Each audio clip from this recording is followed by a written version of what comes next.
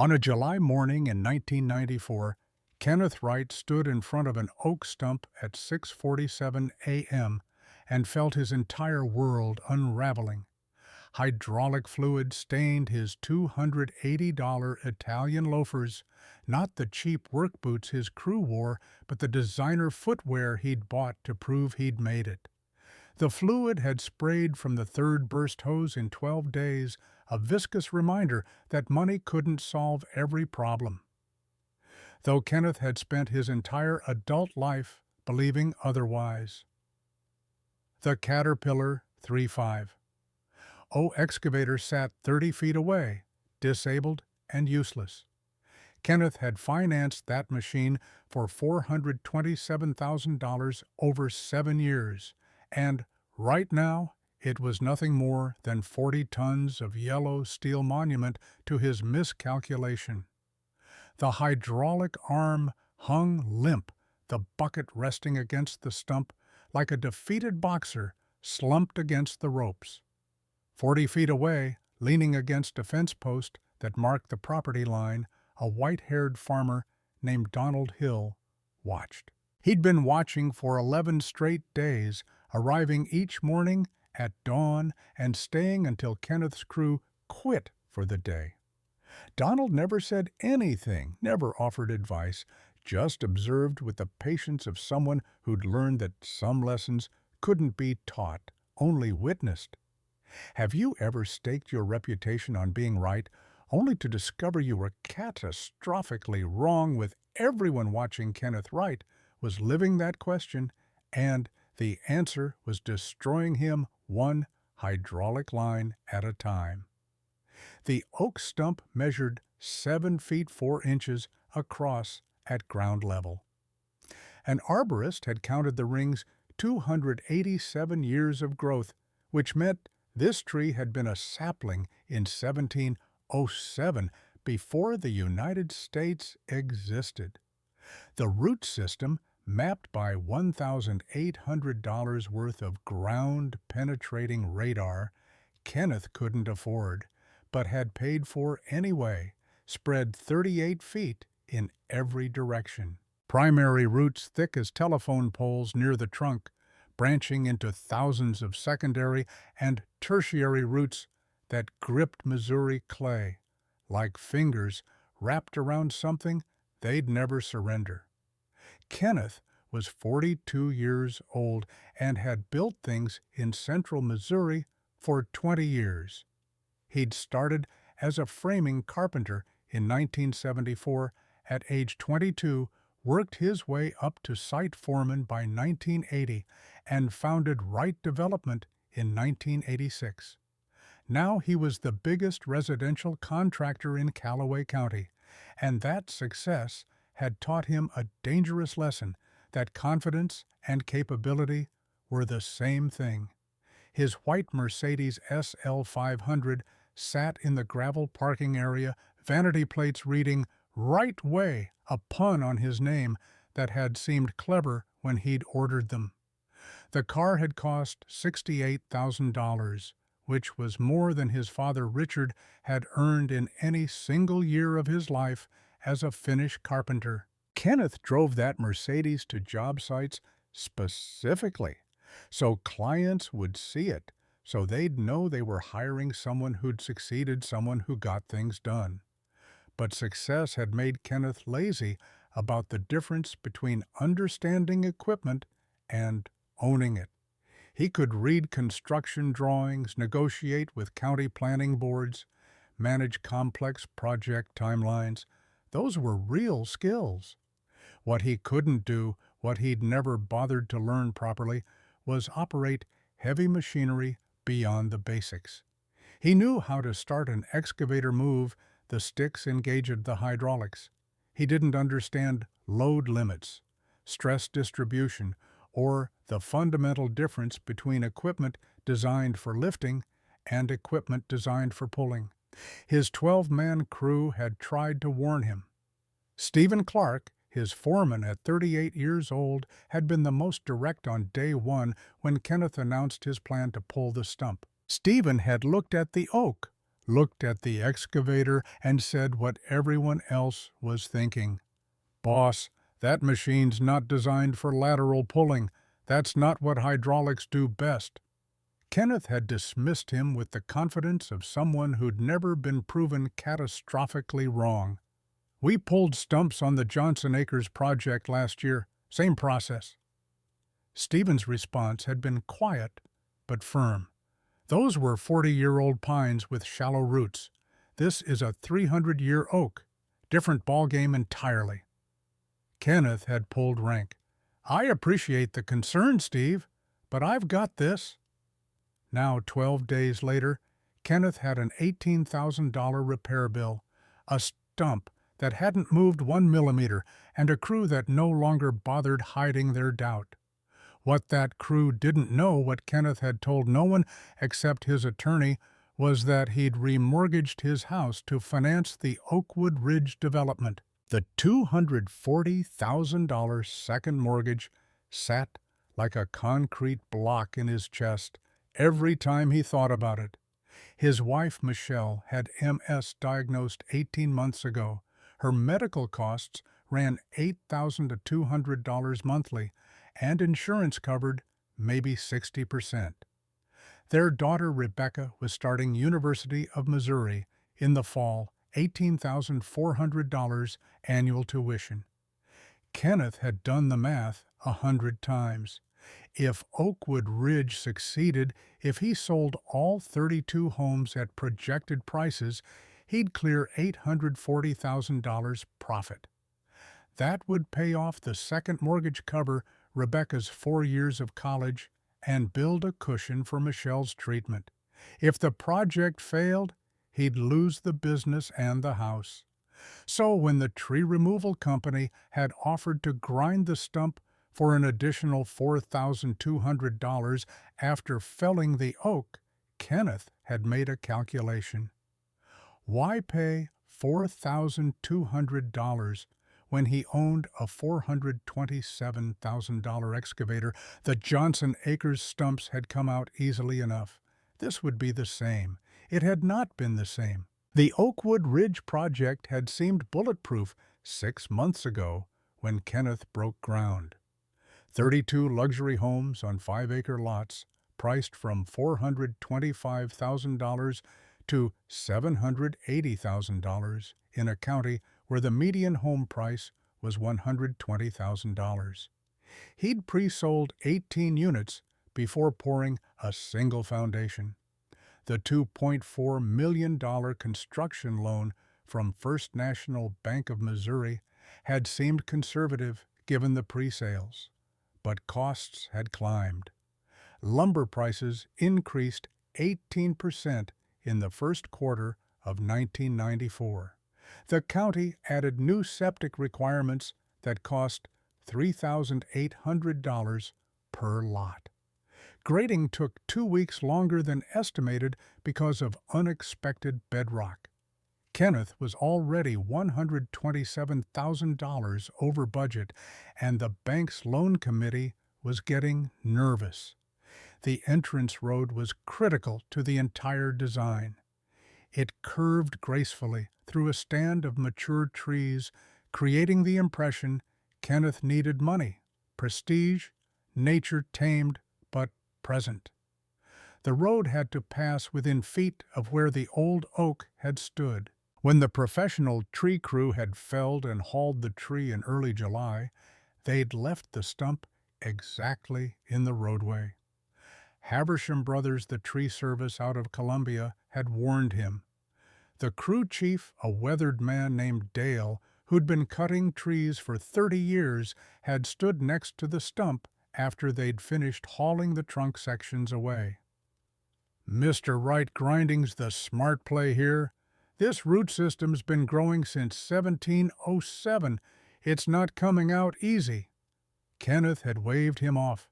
"I'll handle it. Save the grinding fee." Dale had shrugged the universal gesture of a tradesman who'd tried to warn someone and been ignored. "Your call, but I've seen root balls this old. They don't surrender." Kenneth had thought that was dramatic, overselling tree guys protecting their revenue. Now he knew Dale had been understating the problem.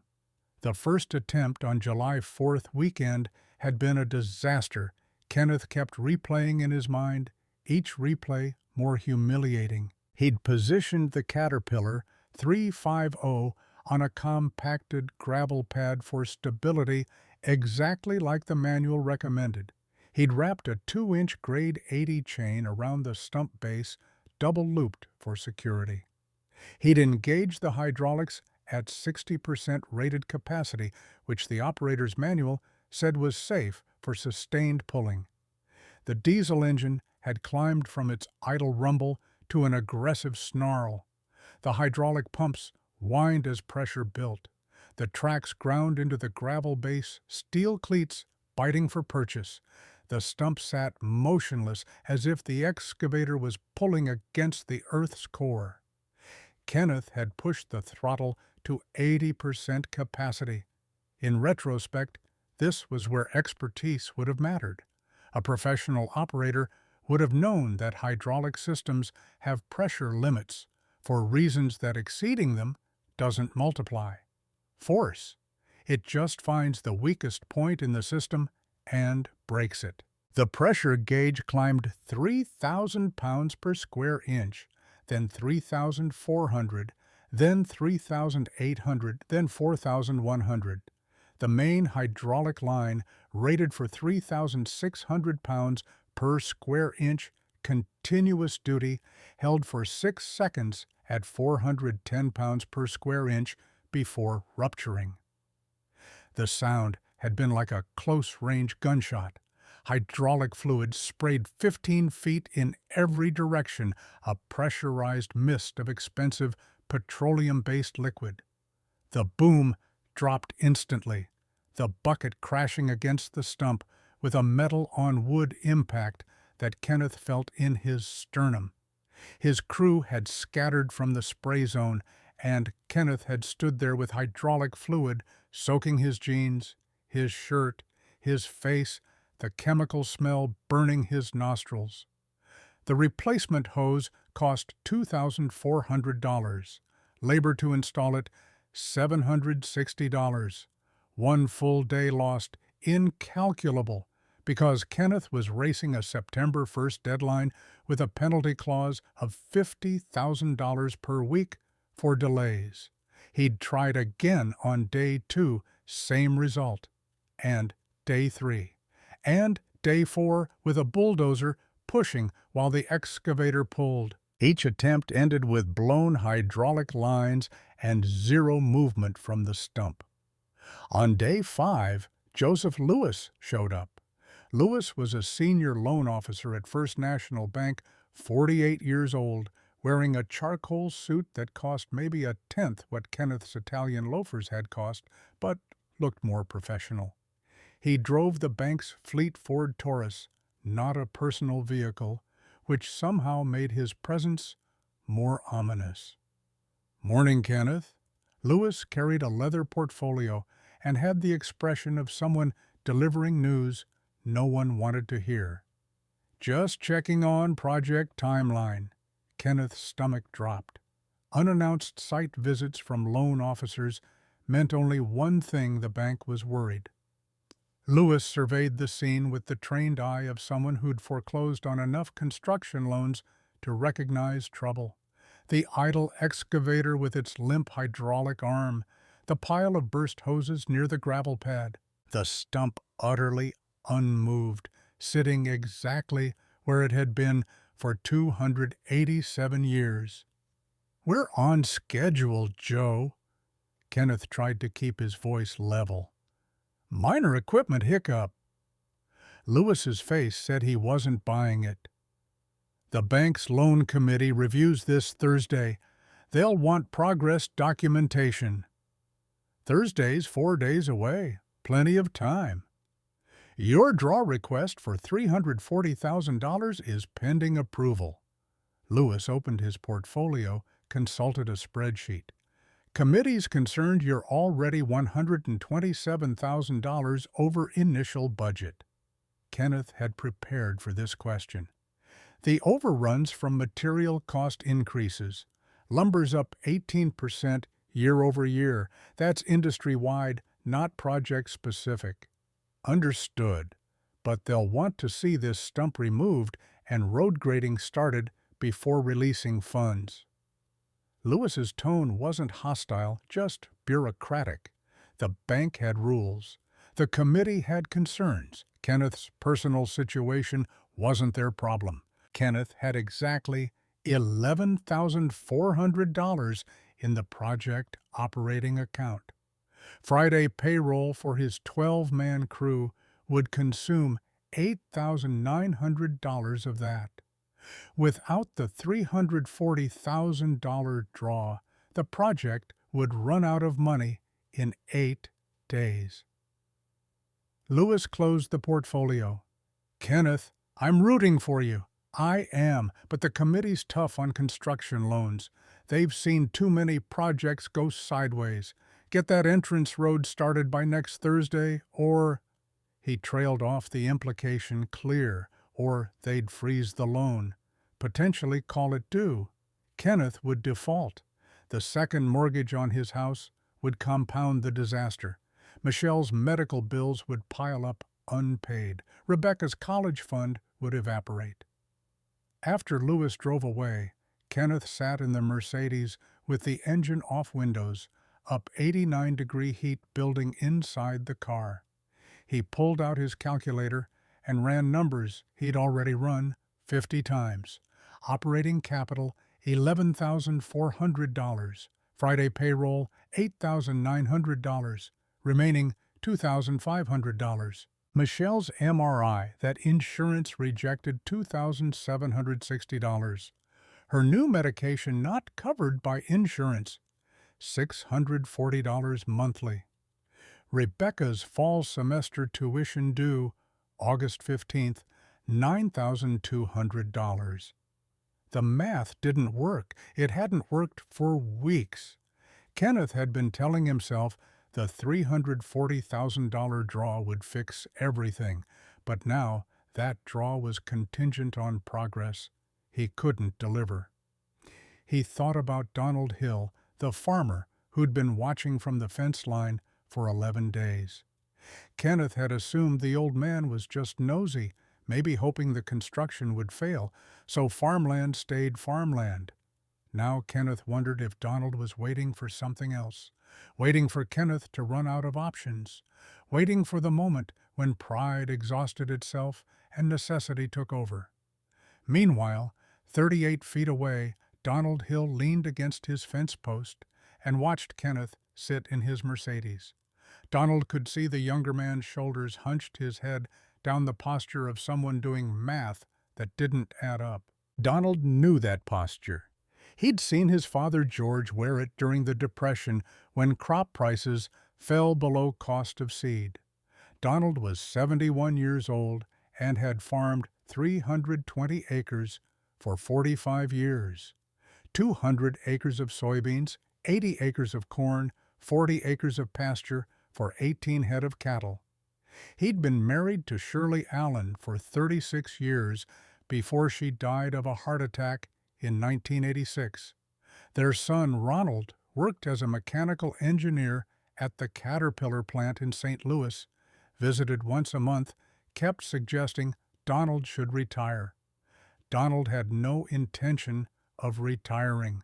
Retirement was what you did when you ran out of purpose, and Donald's purpose was maintaining the land his father had farmed before him, keeping the equipment his father had bought during the Depression, and, occasionally, when the situation called for it, reminding people that old methods worked when fancy ones failed. He'd been watching the Oakwood Ridge construction for 4 months ever since the first bulldozers arrived. Watched them clear the timber grade, the lot stake the house foundations. Watched the development consume land that Ed Harrison had farmed from 1961 to 1992 before Ed's kids sold it to Kenneth Wright for $380,000. Ed had grown corn and beans on this plot same as his father had before him. Now it would grow houses. Donald didn't begrudge the sale.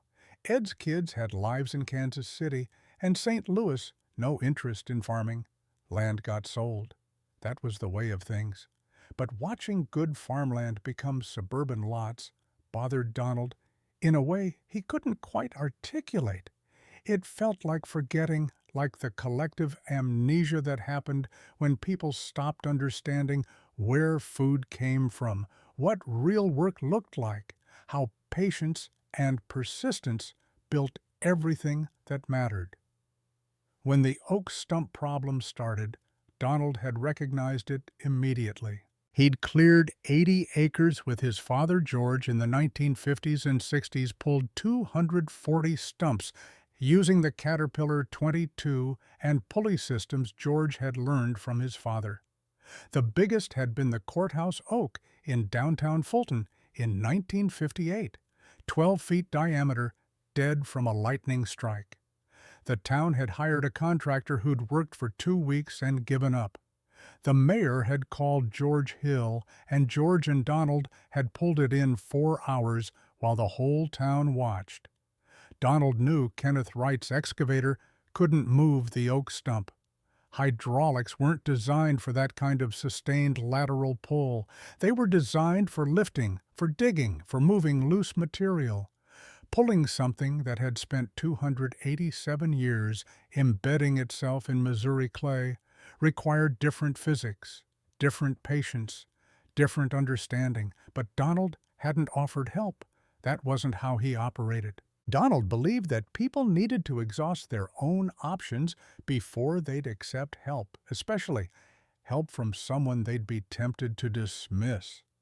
Kenneth Wright, with his Mercedes and designer clothes and expensive equipment, would never take advice from a 71-year-old farmer in denim overalls. Not until Kenneth had tried everything else and failed. So Donald waited, 11 days of waiting, watching Kenneth blow hydraulic lines, watching him bring in a bulldozer that just spun its tracks on clay soil, watching him try chemical stump remover that did nothing, waiting for Kenneth to reach the point where pride gave way to desperation. That point was approaching. Donald could feel it. The Caterpillar. 22 sat in Donald's barn under a canvas tarp, same barn where George had stored it since 1932. The crawler had been manufactured in 1930 by Caterpillar Tractor Company in Peoria, Illinois. George had bought it at a foreclosure auction in spring 1932 for $750, already 2 years old but functional. Original retail price had been $1,285, which made the $750 purchase the single most expensive thing George Hill ever bought. More than his truck, more than his first tractor. George had seen what that crawler could do, though, and he'd known it would pay for itself. The Caterpillar. 22 weighed 4,780 pounds operating weight and made 22 brake horsepower at 1,000 RPM. Those numbers sounded unimpressive compared to modern equipment, but the crawler had been designed for one specific purpose: pulling plows through heavy soil, pulling stumps out of fields being cleared for crops, pulling loads that horses couldn't move and men couldn't budge. The drawbar was rated for 18 continuous horsepower at 2.1 miles per hour. Not burst power like hydraulics, but steady, relentless force that could be maintained for hours without overheating. The governors kept the engine RPM constant under load, which meant the pulling force stayed steady even when resistance increased. It was patient power, the kind that wore down obstacles instead of trying to overpower them. Donald had inherited the crawler in 1969 when George died of a stroke at age 71, the same age Donald was now. For 25 years, Donald had maintained it exactly as George had taught him: oil changes, every 50 hours, grease all fittings, monthly valve adjustment annually. The maintenance logs went back to 1932. 3 ring binders full of entries in George's careful handwriting. Then Donald's equally careful handwriting, continuing the record. In 62 years, the crawler had never missed a monthly start. Even when Donald didn't need it for work, he started it once a month, just to keep everything moving, keep the seals lubricated, keep the engine from seizing. It was ritual continuity, respect for machinery that had earned its keep 1,000 times over. Now watching Kenneth Wright's crisis unfold, Donald thought it might be time for the Caterpillar 22 to earn its keep one more time. Kenneth's escalation over days 6 through 11 followed a pattern Donald recognized from his father's stories about the Depression people throwing good money after bad, unable to admit they'd chosen the wrong approach. Days 6 and 7 had been the bulldozer attempt. Kenneth rented a Caterpillar D6 bulldozer from Tri-County Equipment for $1,150 per day, plus $240 delivery. The plan was pincer force dozer pushing from the south while the excavator pulled from the north. In theory, this doubled the applied force. In practice, it demonstrated that Kenneth still didn't understand the problem. Both machines were applying force along the stump's strongest root axis, the north-south line, where 287 years of prevailing southwest wind had caused the oak to brace itself with its deepest, thickest roots. It was like trying to pull a post out of concrete by yanking straight up instead of working it side to side. The bulldozer's tracks spun on clay soil, excavating 8-inch trenches, but achieving 0 forward movement. The excavator strained until hydraulic line number 4 burst at 2:47 p.m. on day 6. They'd replaced it, tried again on day 7, with the dozer repositioned at a 45-degree angle, and blown hydraulic line number 5 after 6 minutes of pulling. Stephen Clark had finally said what everyone was thinking. "Kenneth, we're breaking equipment faster than solving the problem." Kenneth's response had been defensive. "One more try.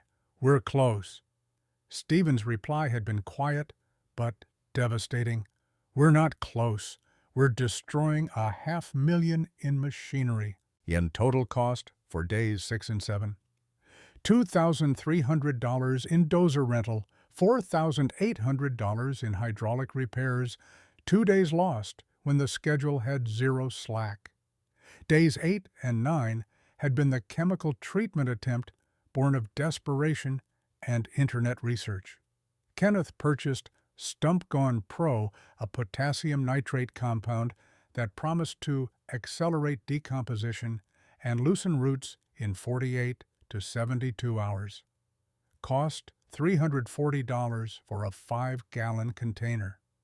The process required drilling 24 holes into the stump, each hole 1.5 inches diameter and 12 inches deep. Kenneth rented a commercial drill, spent 3 hours, creating the holes, poured the chemical into each one, covered the stump with plastic sheeting, and waited. Day 10, 0 effect. The stump sat exactly as it had, roots unaffected. Kenneth called an arborist for consultation. The arborist's explanation cost $180 and delivered news Kenneth didn't want to hear. "Sir, this product works on dead stumps that are already decaying. Your oak was alive when cut 3 weeks ago. The root system's still vital, cellular structure intact, moisture content high. This chemical might work in 6 months, maybe 8, not in 3 days. 6 months. Kenneth had 3 weeks. Days 10 and 11 had been manual excavation the admission that machinery wasn't working. Kenneth hired 4 men with chainsaws and shovels to dig a perimeter trench around the stump. It was hot, brutal work in July Missouri heat. They cut through 68 roots ranging from 3 to 9 inches in diameter. They excavated down to 6 feet on all sides. They discovered that the root ball spread 42 feet in diameter, 4 feet wider than the ground-penetrating radar had shown. The primary taproot went down at least 14 feet, possibly 18. Extracting it manually would require 3 weeks of labor at an estimated cost between $78,000 and $95,000. Stephen Clark had done the math for Kenneth. "Boss, we've already spent $18,000 failing.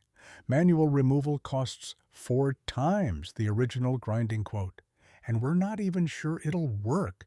That taproot might go down 20 feet.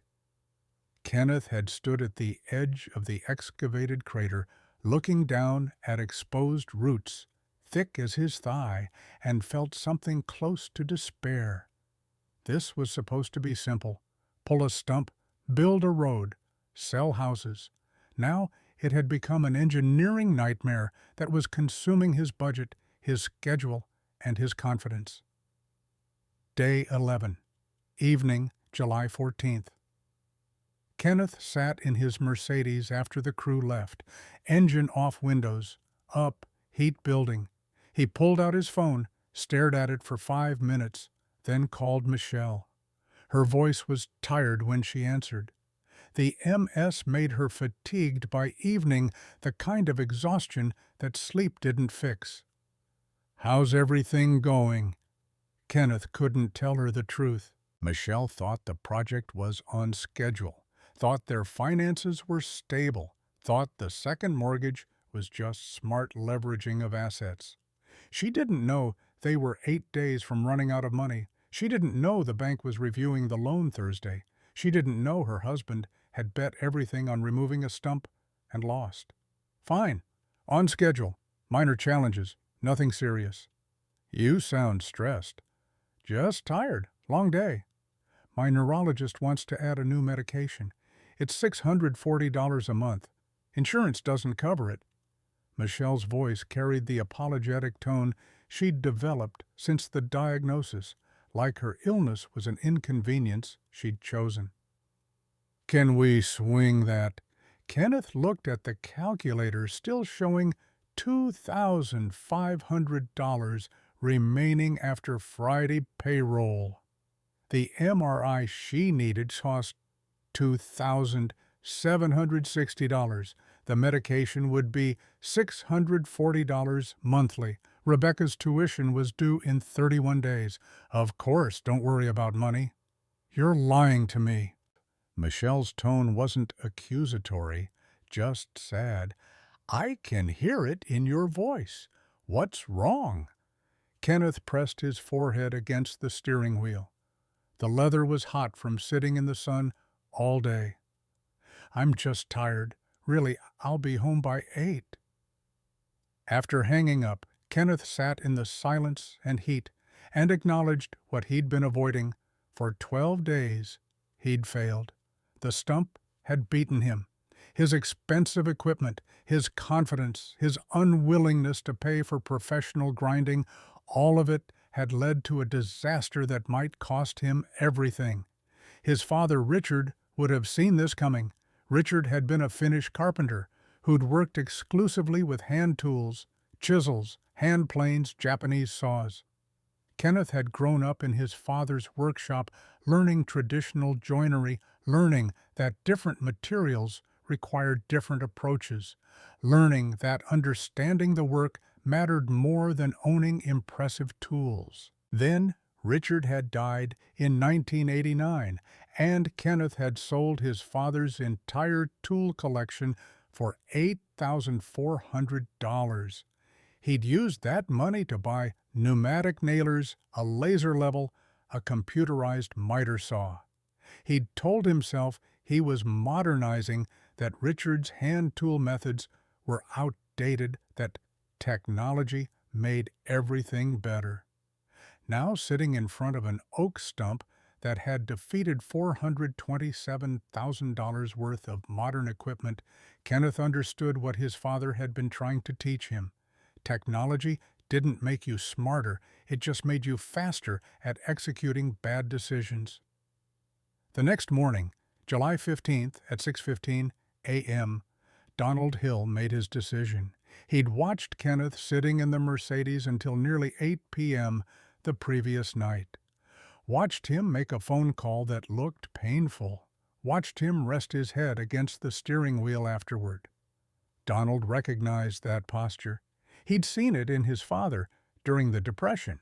It was the posture of a man who'd run out of options and didn't know what to do next. Kenneth Wright had tried everything: excavator, bulldozer, chemicals, manual labor. He'd spent $18,000 and 12 days and achieved zero progress. The stump sat exactly where it had been for 287 years, immovable, ancient, patient. Now Kenneth would listen. Now he'd accept help because his pride had been ground down by repeated failure, and his desperation had become greater than his ego. Donald walked to his barn and pulled back the canvas tarp covering the Caterpillar 22. The crawler's rust-orange paint had faded over 62 years to the color of dried clay. The steel tracks showed wear but remained functional. The four-cylinder engine rebuilt 3 times over the machine's life. 1956, 1978, 2001 would start on the third crank if Donald followed the procedure George had taught him. He checked the oil level full, fuel tank 3/4, track tension proper. Everything maintained exactly as it should be because Donald had never missed a monthly maintenance cycle in 25 years of ownership. Donald backed the crawler to the equipment trailer George had built in 1948. The trailer was nothing fancy, steel frame on dual axles, wooden ramps, but it had hauled the Caterpillar 22 to job sites for 46 years and still did the work. He loaded chains of 3 different sizes, 6 steel pulleys, 200 feet of manila rope, 8 4-foot steel stakes, a 16-pound sledgehammer, and a collection of wooden blocks for shimming. At 7 a.m., Donald climbed into his 1987 Ford F-250 and pulled the trailer onto County Road J. The drive from his farm to the Oakwood Ridge entrance was 1 mile. The crawler's steel tracks clanked rhythmically against the trailer bed, a sound Donald had heard his entire life. It was the sound of capability of tools built for specific purposes of machinery that had outlasted the companies that made competing models. Stephen Clark was arriving for work when Donald drove past. Stephen recognized the orange crawler instantly. His grandfather had told him stories about it, about the courthouse oak in 1958, about George Hill's reputation as the man who could pull what nobody else could move. Stephen pulled his truck to the side and watched Donald's rig clank toward the construction entrance. Kenneth was examining burst hose number 6 when he heard the metallic clanking approaching. His first thought was annoyance, probably the old farmer coming to complain about construction noise or dust or damage to the county road. Kenneth walked toward the entrance, preparing his polite but firm response about active construction sites and insurance regulations. Then he saw what was on the trailer and stopped walking. An orange tractor that looked like something from a museum. Small, maybe 8 feet long, 5 feet wide. Open operator seat with no cab, no roll cage, no safety features Kenneth could identify. Steel tracks instead of rubber. An engine that had to be from the 1930s based on the design. The whole thing couldn't weigh more than 3 tons. Donald pulled to a stop and climbed out of the truck. He was 71, but moved with the easy strength of someone who'd done manual labor every day of his adult life. Denim overalls, work boots with the leather worn soft, a John Deere cap faded from green to gray-green. "Sir, this is an active construction site. Insurance regulations." Donald interrupted his voice, carrying the flat affect of someone stating facts rather than making conversation. "Saw you've been having trouble with that oak stump." Kenneth's irritation shifted to recognition. "You're the neighbor, the farm next door." "Donald Hill. My property line's right over there." He pointed to the fence 40 feet away. "Mr. Hill, I appreciate your concern, but we're handling it. Professional equipment, professional crew." Donald looked at the disabled excavator, at the pile of burst hoses, at the stump sitting unmoved in its crater. His expression didn't change, but something in his eyes suggested he found Kenneth's claim of handling it unconvincing. "Been handling it for 12 days now. Stump looks pretty well handled to me, still sitting right where it started." Kenneth felt his face flush. This was exactly what he didn't need the neighbor farmer pointing out his failure. "We've had some equipment challenges. We're working through them." "Thought I might pull that stump for you." Kenneth looked at the rust-orange crawler on the trailer, then at his 40-ton excavator, then back at the crawler. The farmer had to be joking. "With that, it's what it's built for." Kenneth felt something between disbelief and insult. This old man with his antique tractor thought he could solve a problem that had defeated $427,000 in modern equipment. "Mr. Hill, I don't mean to be rude, but that tractor weighs, 2 tons? My excavator's 40 tons. My dozer's 32. Together, they couldn't budge that stump. How exactly do you figure?" "Your machines measure power wrong. They think it's about force. It's not. It's about application." The words hung in the July morning air, simple and strange. Kenneth wanted to dismiss them, but something in Donald's absolute certainty made him pause. This wasn't a man guessing. This was a man who knew something Kenneth didn't. Behind Kenneth, his crew was arriving for the day. Jason Taylor, 24 years old equipment operator. Mark Anderson, 32 electrician. Timothy Moore, 27 framer, with a new camcorder he brought to sites. 9 others, all of them watching this exchange, waiting to see what Kenneth would do. Pride said, "Send the old man away. He's wasting time with equipment that belongs in a scrapyard." Desperation said, "You're out of options." Bank meeting Thursday, payroll Friday, Michelle's MRI, Rebecca's tuition. The math doesn't work. What have you got to lose? Kenneth looked at the stump, looked at his broken excavator, looked at Donald Hill standing beside a 1930s crawler with the quiet confidence of someone who'd done this before. "You've got until noon, Mr. Hill. That's 4 hours and 45 minutes. If you haven't moved it by then, you pack up and I bring in professional stump removal Monday." Donald nodded once. "Fair enough, but I'll have it out before noon." Jason Taylor laughed loud enough for everyone to hear. He turned to Mark Anderson and said, voice carrying, $20 says the old guy breaks his tractor in the first hour. "You're on." Kenneth should have shut that down, should have enforced respect for someone trying to help. But part of him agreed with Jason. Part of him thought this was going to be an embarrassing failure that wasted half a day. Part of him wanted Donald to fail, so Kenneth's own failure would seem less shameful by comparison. Donald didn't react to the laughter. He just started unloading his equipment methodical and unhurried. Kenneth watched him for a moment, then walked back to his Mercedes and sat in the air-conditioned interior, watching through the windshield. What Kenneth Wright didn't know yet, what he couldn't know, because he'd never learned to value the things his father had tried to teach him, was that the rust-orange crawler sitting on that trailer was about to save his career, his house, and his marriage, while destroying every assumption he'd built his success on. Donald Hill unloaded the first steel stake and carried it toward the stump. The morning sun climbed higher. The crew watched. And somewhere in the physics of pulleys and patience, and 62 years of continuous maintenance, the solution to an impossible problem was about to reveal itself.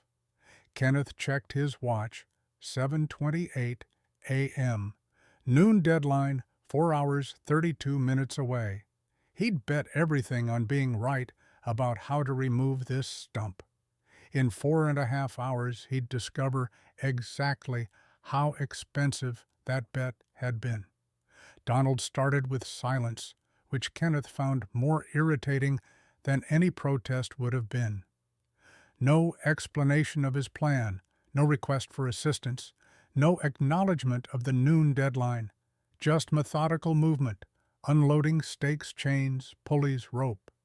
Each item placed on the ground in a specific arrangement that suggested organization Kenneth hadn't expected from a 71-year-old farmer. Stephen Clark walked over ostensibly to check the excavator's hydraulic system, but actually to watch Donald work. The rest of the crew followed Stephen's lead, drifting toward the stump area in ones and twos, finding reasons to be close enough to observe without appearing too interested. Jason Taylor stood with Mark Anderson near the equipment shed, money already exchanging hands in side bets. Old guy's got guts, I'll give him that, but there's no way that museum piece moves anything. Timothy Moore had his camcorder out, battery-charged tape loaded.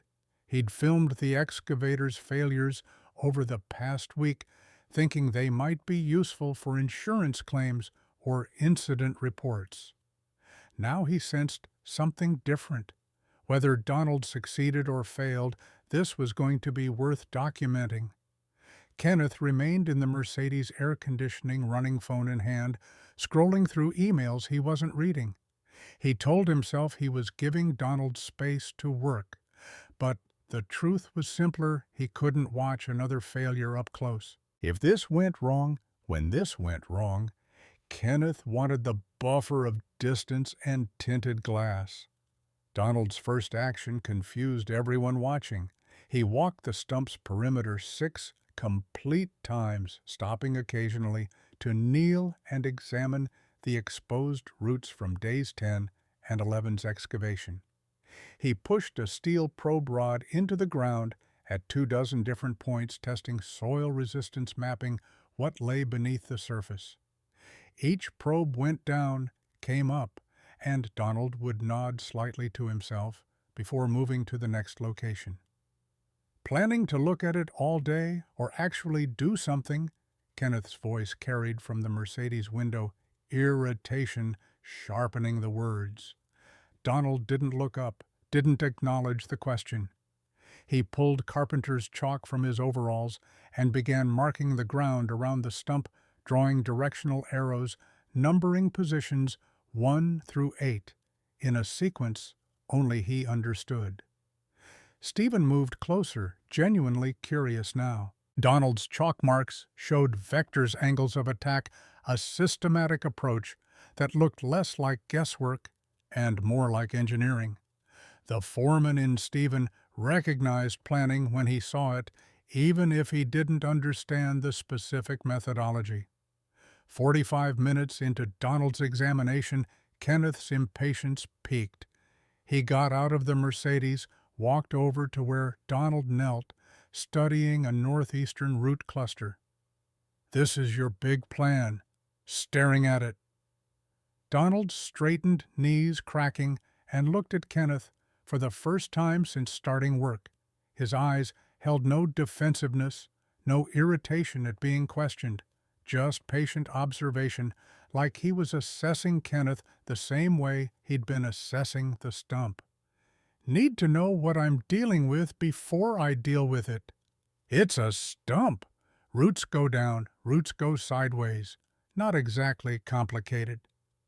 The words came out sharper than Kenneth intended, his frustration at 12 days of failure bleeding into his tone. Donald just nodded slightly, accepting the dismissal, without arguing against it. That's why you've been here 12 days. The statement landed without malice, but hit harder because of it. Kenneth felt his face flush, anger rising to cover embarrassment. His crew was watching this exchange. His authority was already damaged from the hydraulic failures. Now he was being quietly schooled by a farmer in overalls, who looked like he'd stepped out of a Depression-era photograph. Before Kenneth could respond, Donald returned to his examination, effectively ending the conversation. Kenneth stood there for 5 seconds, pride warring with the recognition that he had no alternative plan, then walked back to the Mercedes. Behind him, he heard Jason Taylor's voice, quieter than before, but still audible. "Old guy's got balls. I'll give him that." Stephen Clark watched Donald complete his 6th circuit of the stump, saw him study the chalk marks one more time, then moved to his trailer to begin unloading the pulley system. Whatever Donald was planning, it was methodical. Stephen had worked construction for 15 years and knew the difference between someone guessing and someone executing a developed strategy. This was execution.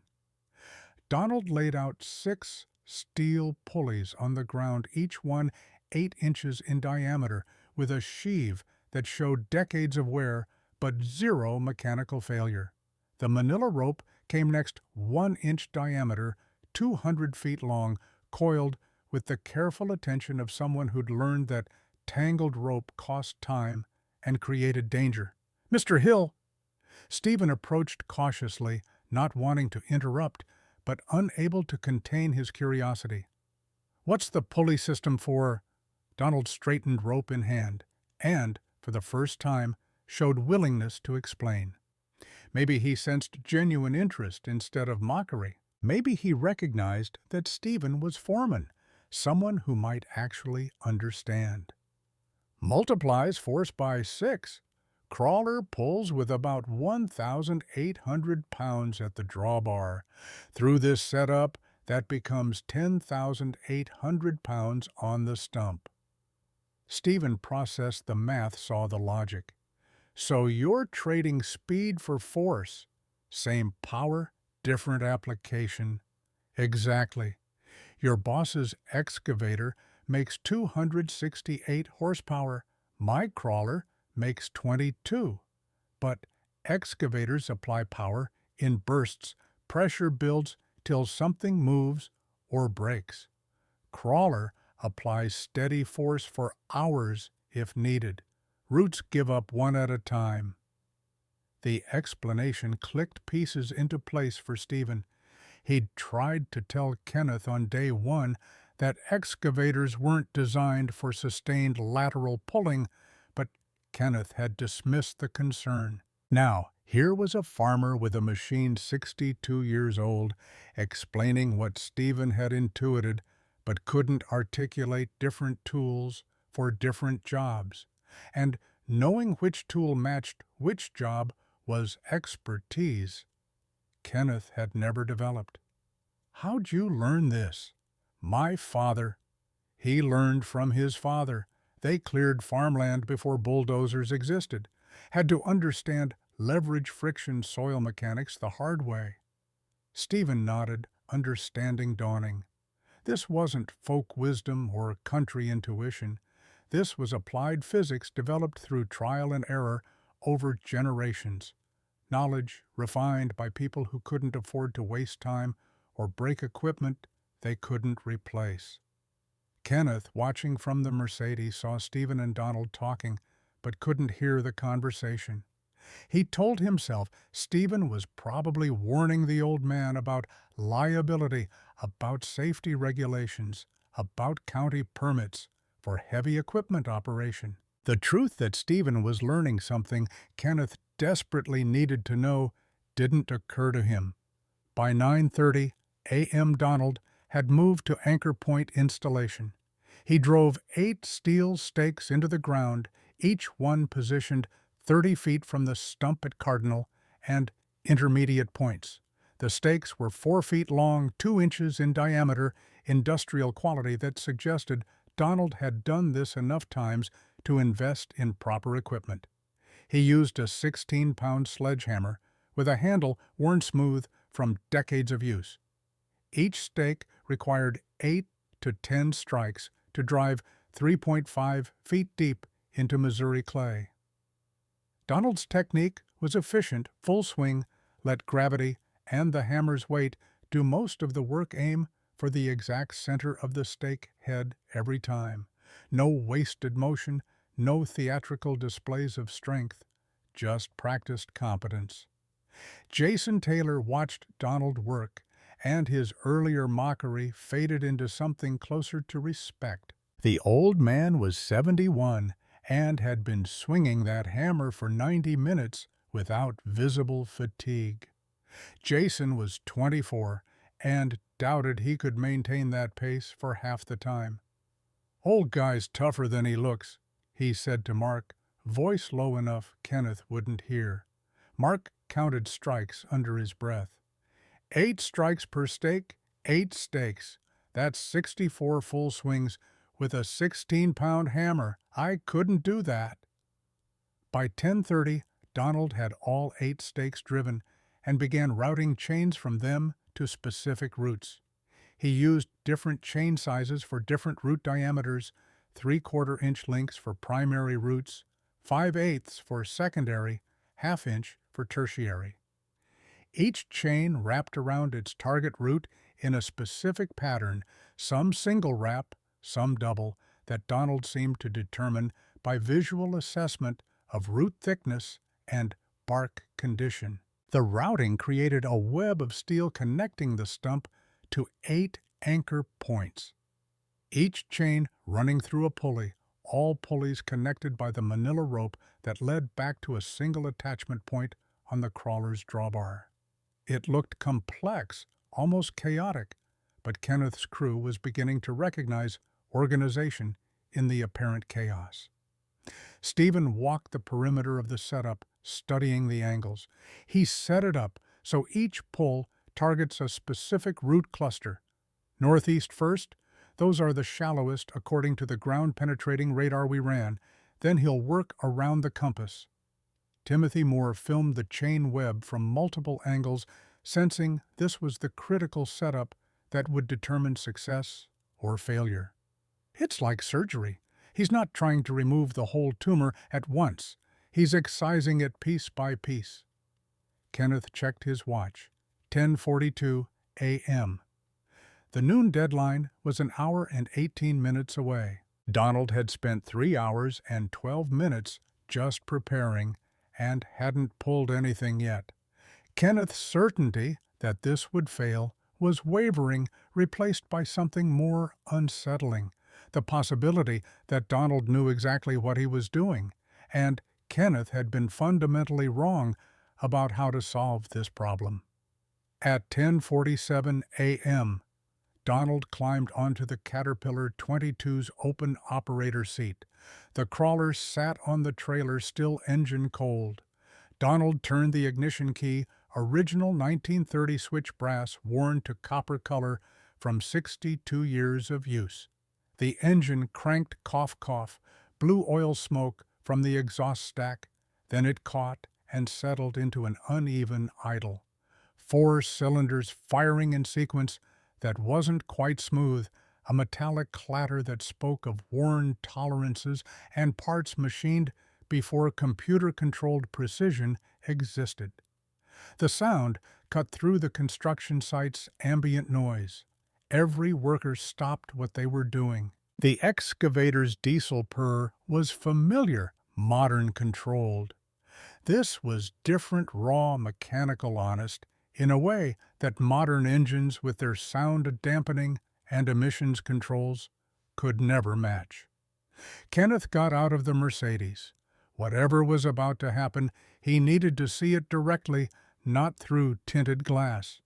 He walked to within 20 feet of the trailer, close enough to watch far enough to maintain the pretense of professional distance. Donald let the engine warm for 5 minutes, watching the temperature gauge climb from cold to operating range. The gauge was a simple mechanical dial, no digital readout, no computer management, just a needle indicating coolant temperature based on expansion of liquid in a sealed tube. Technology from 1930 that still worked perfectly because it was too simple to fail. Stephen checked his own watch, did the math. Noon deadline's in 73 minutes. If he's going to pull anything, he needs to start now. Donald seemed unconcerned with the deadline.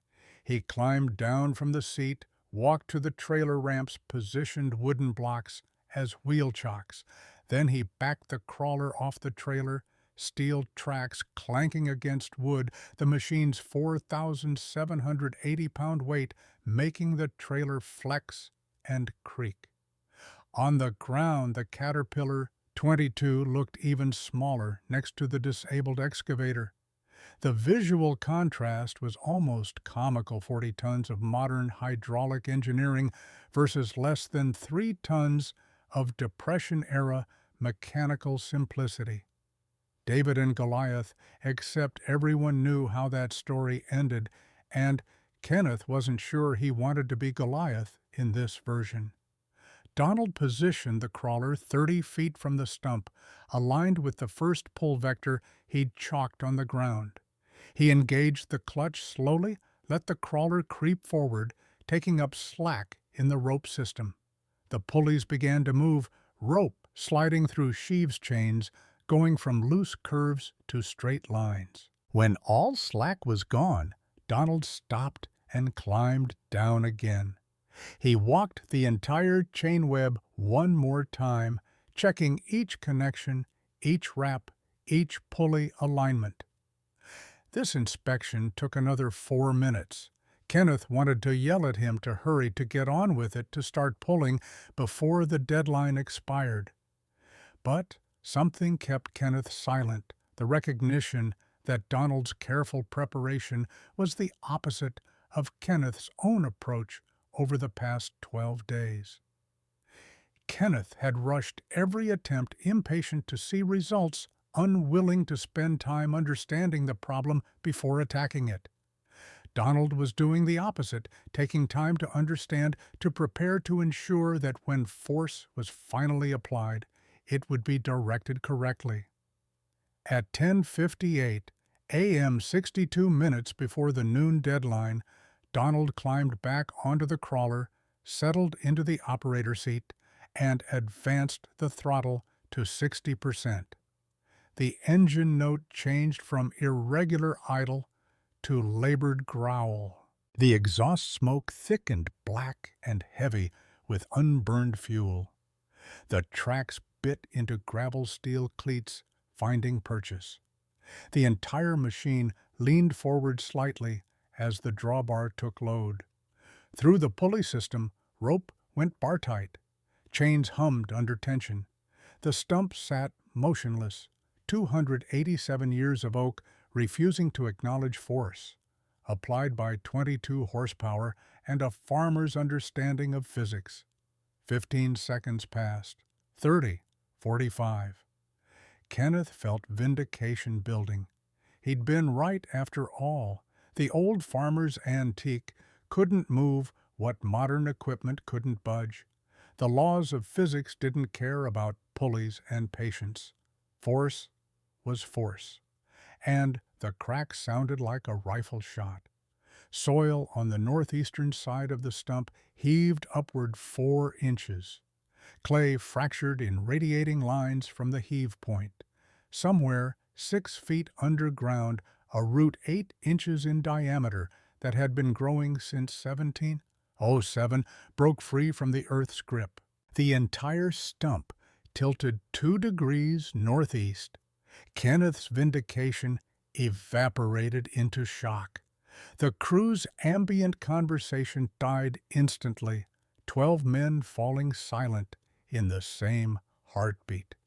Even the excavator's idling diesel seemed quieter, as if the machine itself recognized it had just witnessed its own obsolescence.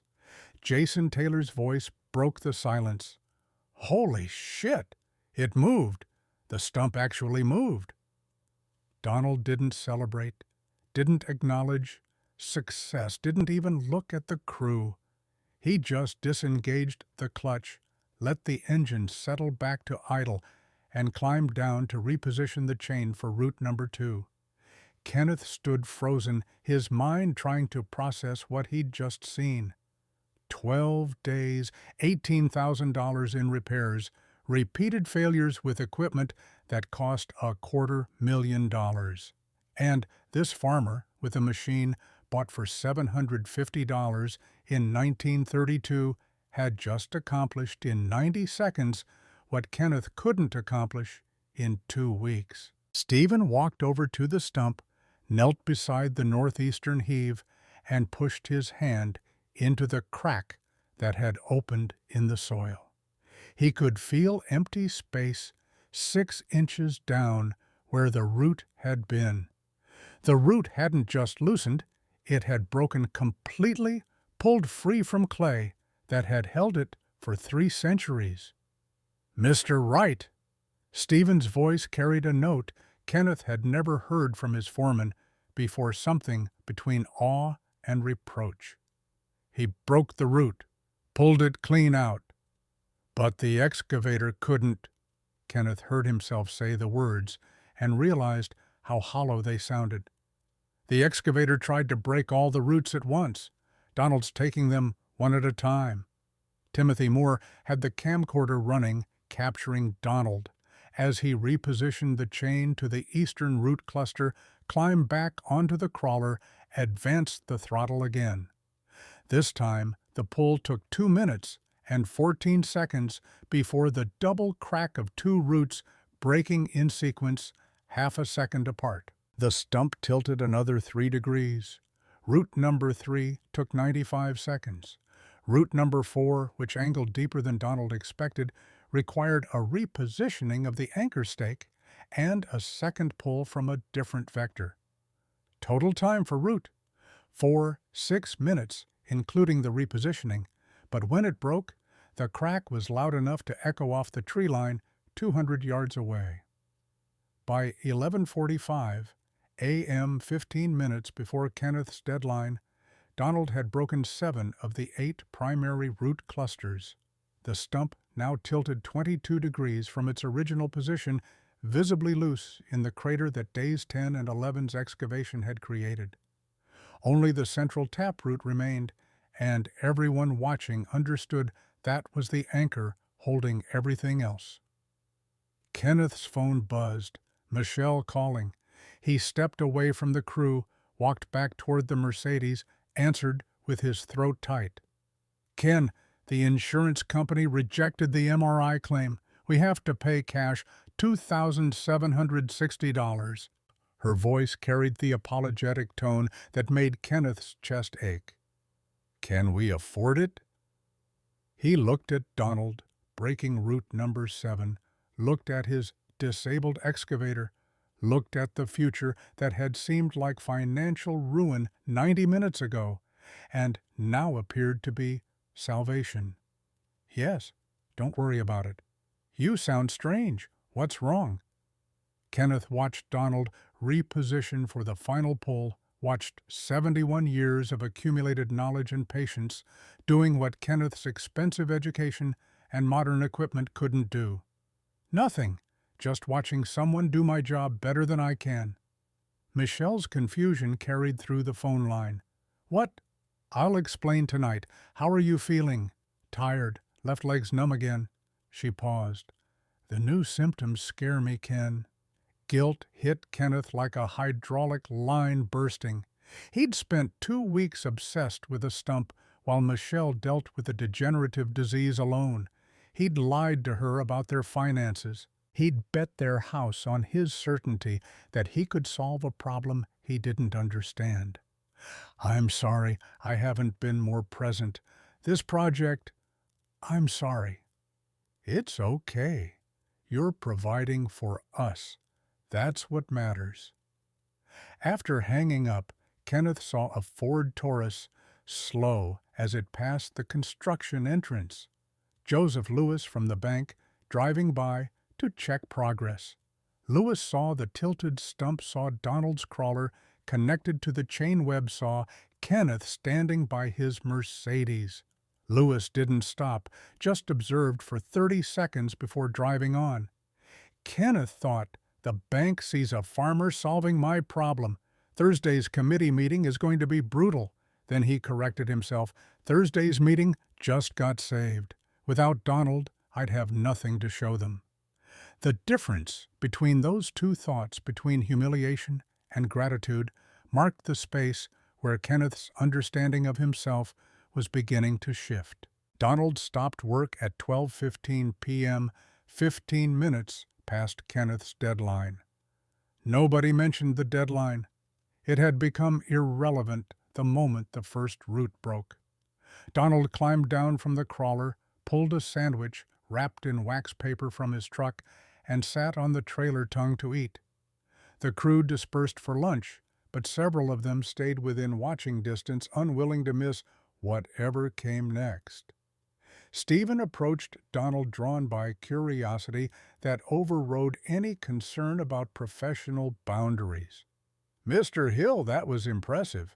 The way you repositioned for Route 4 when the first angle didn't work." Donald chewed his sandwich bologna and cheese homemade bread and swallowed before responding. "Wasn't impressive, was necessary. Route was angled different than the others. Had to adjust." "Where'd you learn all this?" "My father. He learned from his father. They cleared farmland before bulldozers existed. Had to understand leverage, friction, soil mechanics the hard way." "Why not just use a bigger machine when they became available?" Donald took another bite, considered the question while chewing. Bigger machine makes bigger force for shorter time. Eventually, something breaks. Usually the machine, sometimes the operator. Steady force over time, nothing breaks. Roots just give up one by one. It's about patience. Stephen nodded, understanding clicking into place. "It's not about horsepower, it's about how you apply it. Tools don't make you smart. Knowing when to use which tool, that's smart." Kenneth had walked close enough to hear this exchange. The words hit like an indictment of every decision he'd made since his father died in 1989. Richard Wright had said almost exactly the same thing: knowing your tools mattered more than owning the best tools. Kenneth had dismissed it as old man thinking, outdated philosophy from someone who didn't understand modern business. Now, a different old man was proving Richard right, and Kenneth had to stand here and watch it happen. "Mr. Hill," Kenneth's voice came out rougher than intended, "I owe you an apology. What you did with Route 4, adjusting the angle, that was professional-level problem-solving." Donald looked at him, eyes measuring. "Wasn't trying to impress anyone, just trying to get the root out. I was dismissive when you arrived this morning, called your approach slow, set a deadline like you were being tested. That was wrong. You were protecting your pride. Man's got a right to that." The understanding in Donald's voice made the shame worse. Kenneth had been protecting more than pride. He'd been protecting his self-image as someone who knew what he was doing, someone whose expensive education and modern tools made him superior to farmers in overalls with Depression-era equipment. "My father used to say, pride was expensive when you were wrong." Guess he was right. "Your father was a builder. Finish carpenter. Traditional methods, hand tools, precision joinery. I thought I was smarter going modern." Donald nodded slowly, recognition in his eyes. "Technology's a tool. Wisdom's knowing when to use which tool. Your father understood that. You're learning it now." The words settled into Kenneth's chest like a weight he'd been carrying without knowing it. Learning. Present tense. Not learned, not past failure, corrected, but ongoing education in progress. The distinction felt important, like Donald was offering not judgment, but acknowledgement that growth was possible. At 12:55 p.m., Donald finished his sandwich, wadded up the wax paper, and stood. He walked to the stump one more time, examined the remaining connections, studied the angle of tilt. The only thing holding the oak now was the central taproot straight down into Missouri clay. He returned to his trailer and pulled out the main chain, 3/4-inch grade 100, links each link the size of a man's fist, 40 feet of steel that weighed 90 pounds. This chain had pulled stumps for George Hill in the 1930s for Donald from 1969 onward. The metal showed wear, but no structural compromise because both men had maintained it with the same care they'd maintained the crawler. Donald wrapped the chain around the stump's center mass 3 complete times, routing it through all 6 pulleys in series for maximum mechanical advantage. The math was simple: 1,800 pounds. Drawbar pull times 6 equaled 10,800 pounds applied to the stump, sustained for as long as the engine could run. Kenneth's crew had returned from lunch, drawn by the sense that this was the climactic moment. They stood in a loose semicircle, watching Donald make his final preparations. No one was taking bets now. No one was mocking. They were witnessing something that would become story, the kind of event people would talk about for years. Timothy Moore checked his camcorder battery, 42 minutes remaining, plenty for whatever came next. At 3:05 p.m., 5 hours and 5 minutes after Donald had started work, he climbed onto the Caterpillar 22 for the final pull. The afternoon sun had climbed high temperature, pushing toward 93 degrees. Heat shimmered off the gravel parking area. The disabled excavator's yellow paint looked faded next to the harsh light, like something already becoming obsolete. Donald started the engine, let it stabilize at operating temperature. He engaged the clutch at 50% throttle, gradually increasing to 75 as the chain took load and the pulleys began singing under maximum tension. The sound built in layers. Engine, deep growling roar, RPM, steady at 950. Exhaust, thick black smoke that smelled of burning oil and raw gasoline. Pulleys shrieking as manila rope slid through sheaves under forces they were rated for but rarely experienced. Chain groaning against bark metal on wood friction, creating harmonics that resonated through the construction site.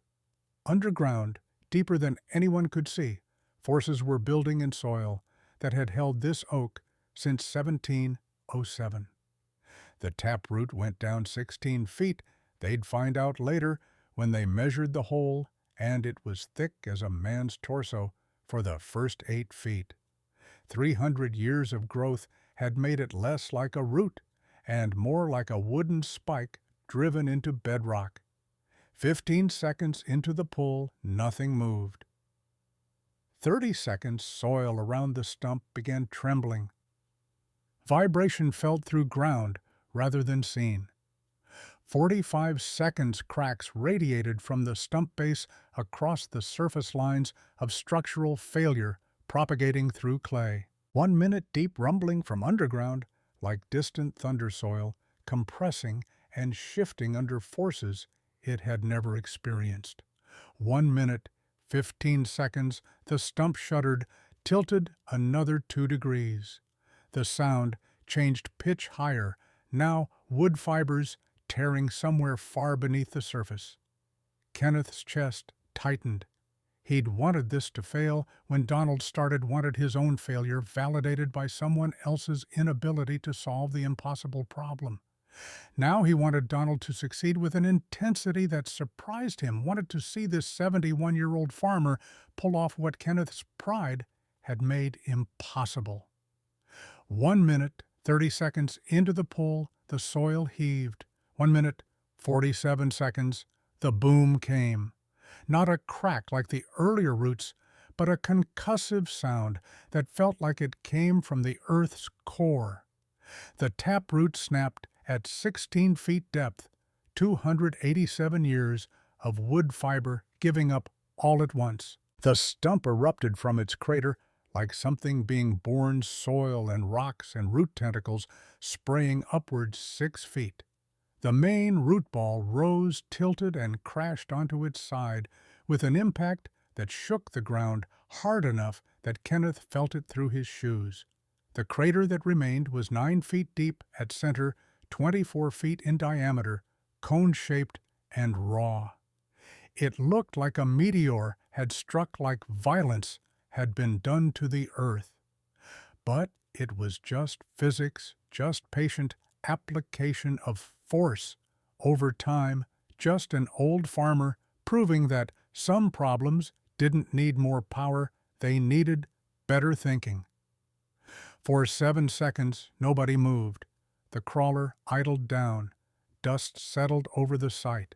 The excavator's diesel sounded almost apologetic, like it knew it had just been made irrelevant. Then the crew erupted, cheering, yelling applause. Jason Taylor's voice cut through, "I don't believe it. That's impossible." Timothy Moore kept filming, capturing the celebration, the crater Donald climbing down from the crawler with the same unhurried movements he'd used all day. Stephen Clark walked to Kenneth, his expression complex. Pride in having witnessed something remarkable. Concern about what this meant for their approach to future problems. Respect for Donald that carried an implicit question about why Kenneth hadn't listened to warnings about hydraulic limitations. 287 years in the ground boss, out in 4 hours, 12 minutes of actual pulling, plus setup time. Kenneth stood at the crater's edge, looking down into earth that had held the oak since before the American Revolution. His hands shook. His eyes were wet, though he'd deny it later. The emotions running through him were too complex to name humiliation that he'd failed, where Donald succeeded, relief that the project was saved, shame that he'd mocked the man who'd saved it, gratitude deeper than he could articulate. Donald began coiling his chains, methodical as everything else he'd done. Kenneth walked over each step, feeling like crossing a distance larger than 30 feet. "Mr. Hill?" Donald looked up from the chain he was coiling, face showing the same calm expression he'd worn all day. No triumph, no satisfaction at proving Kenneth wrong, just the neutral acknowledgement of work completed. "Mr. Wright!"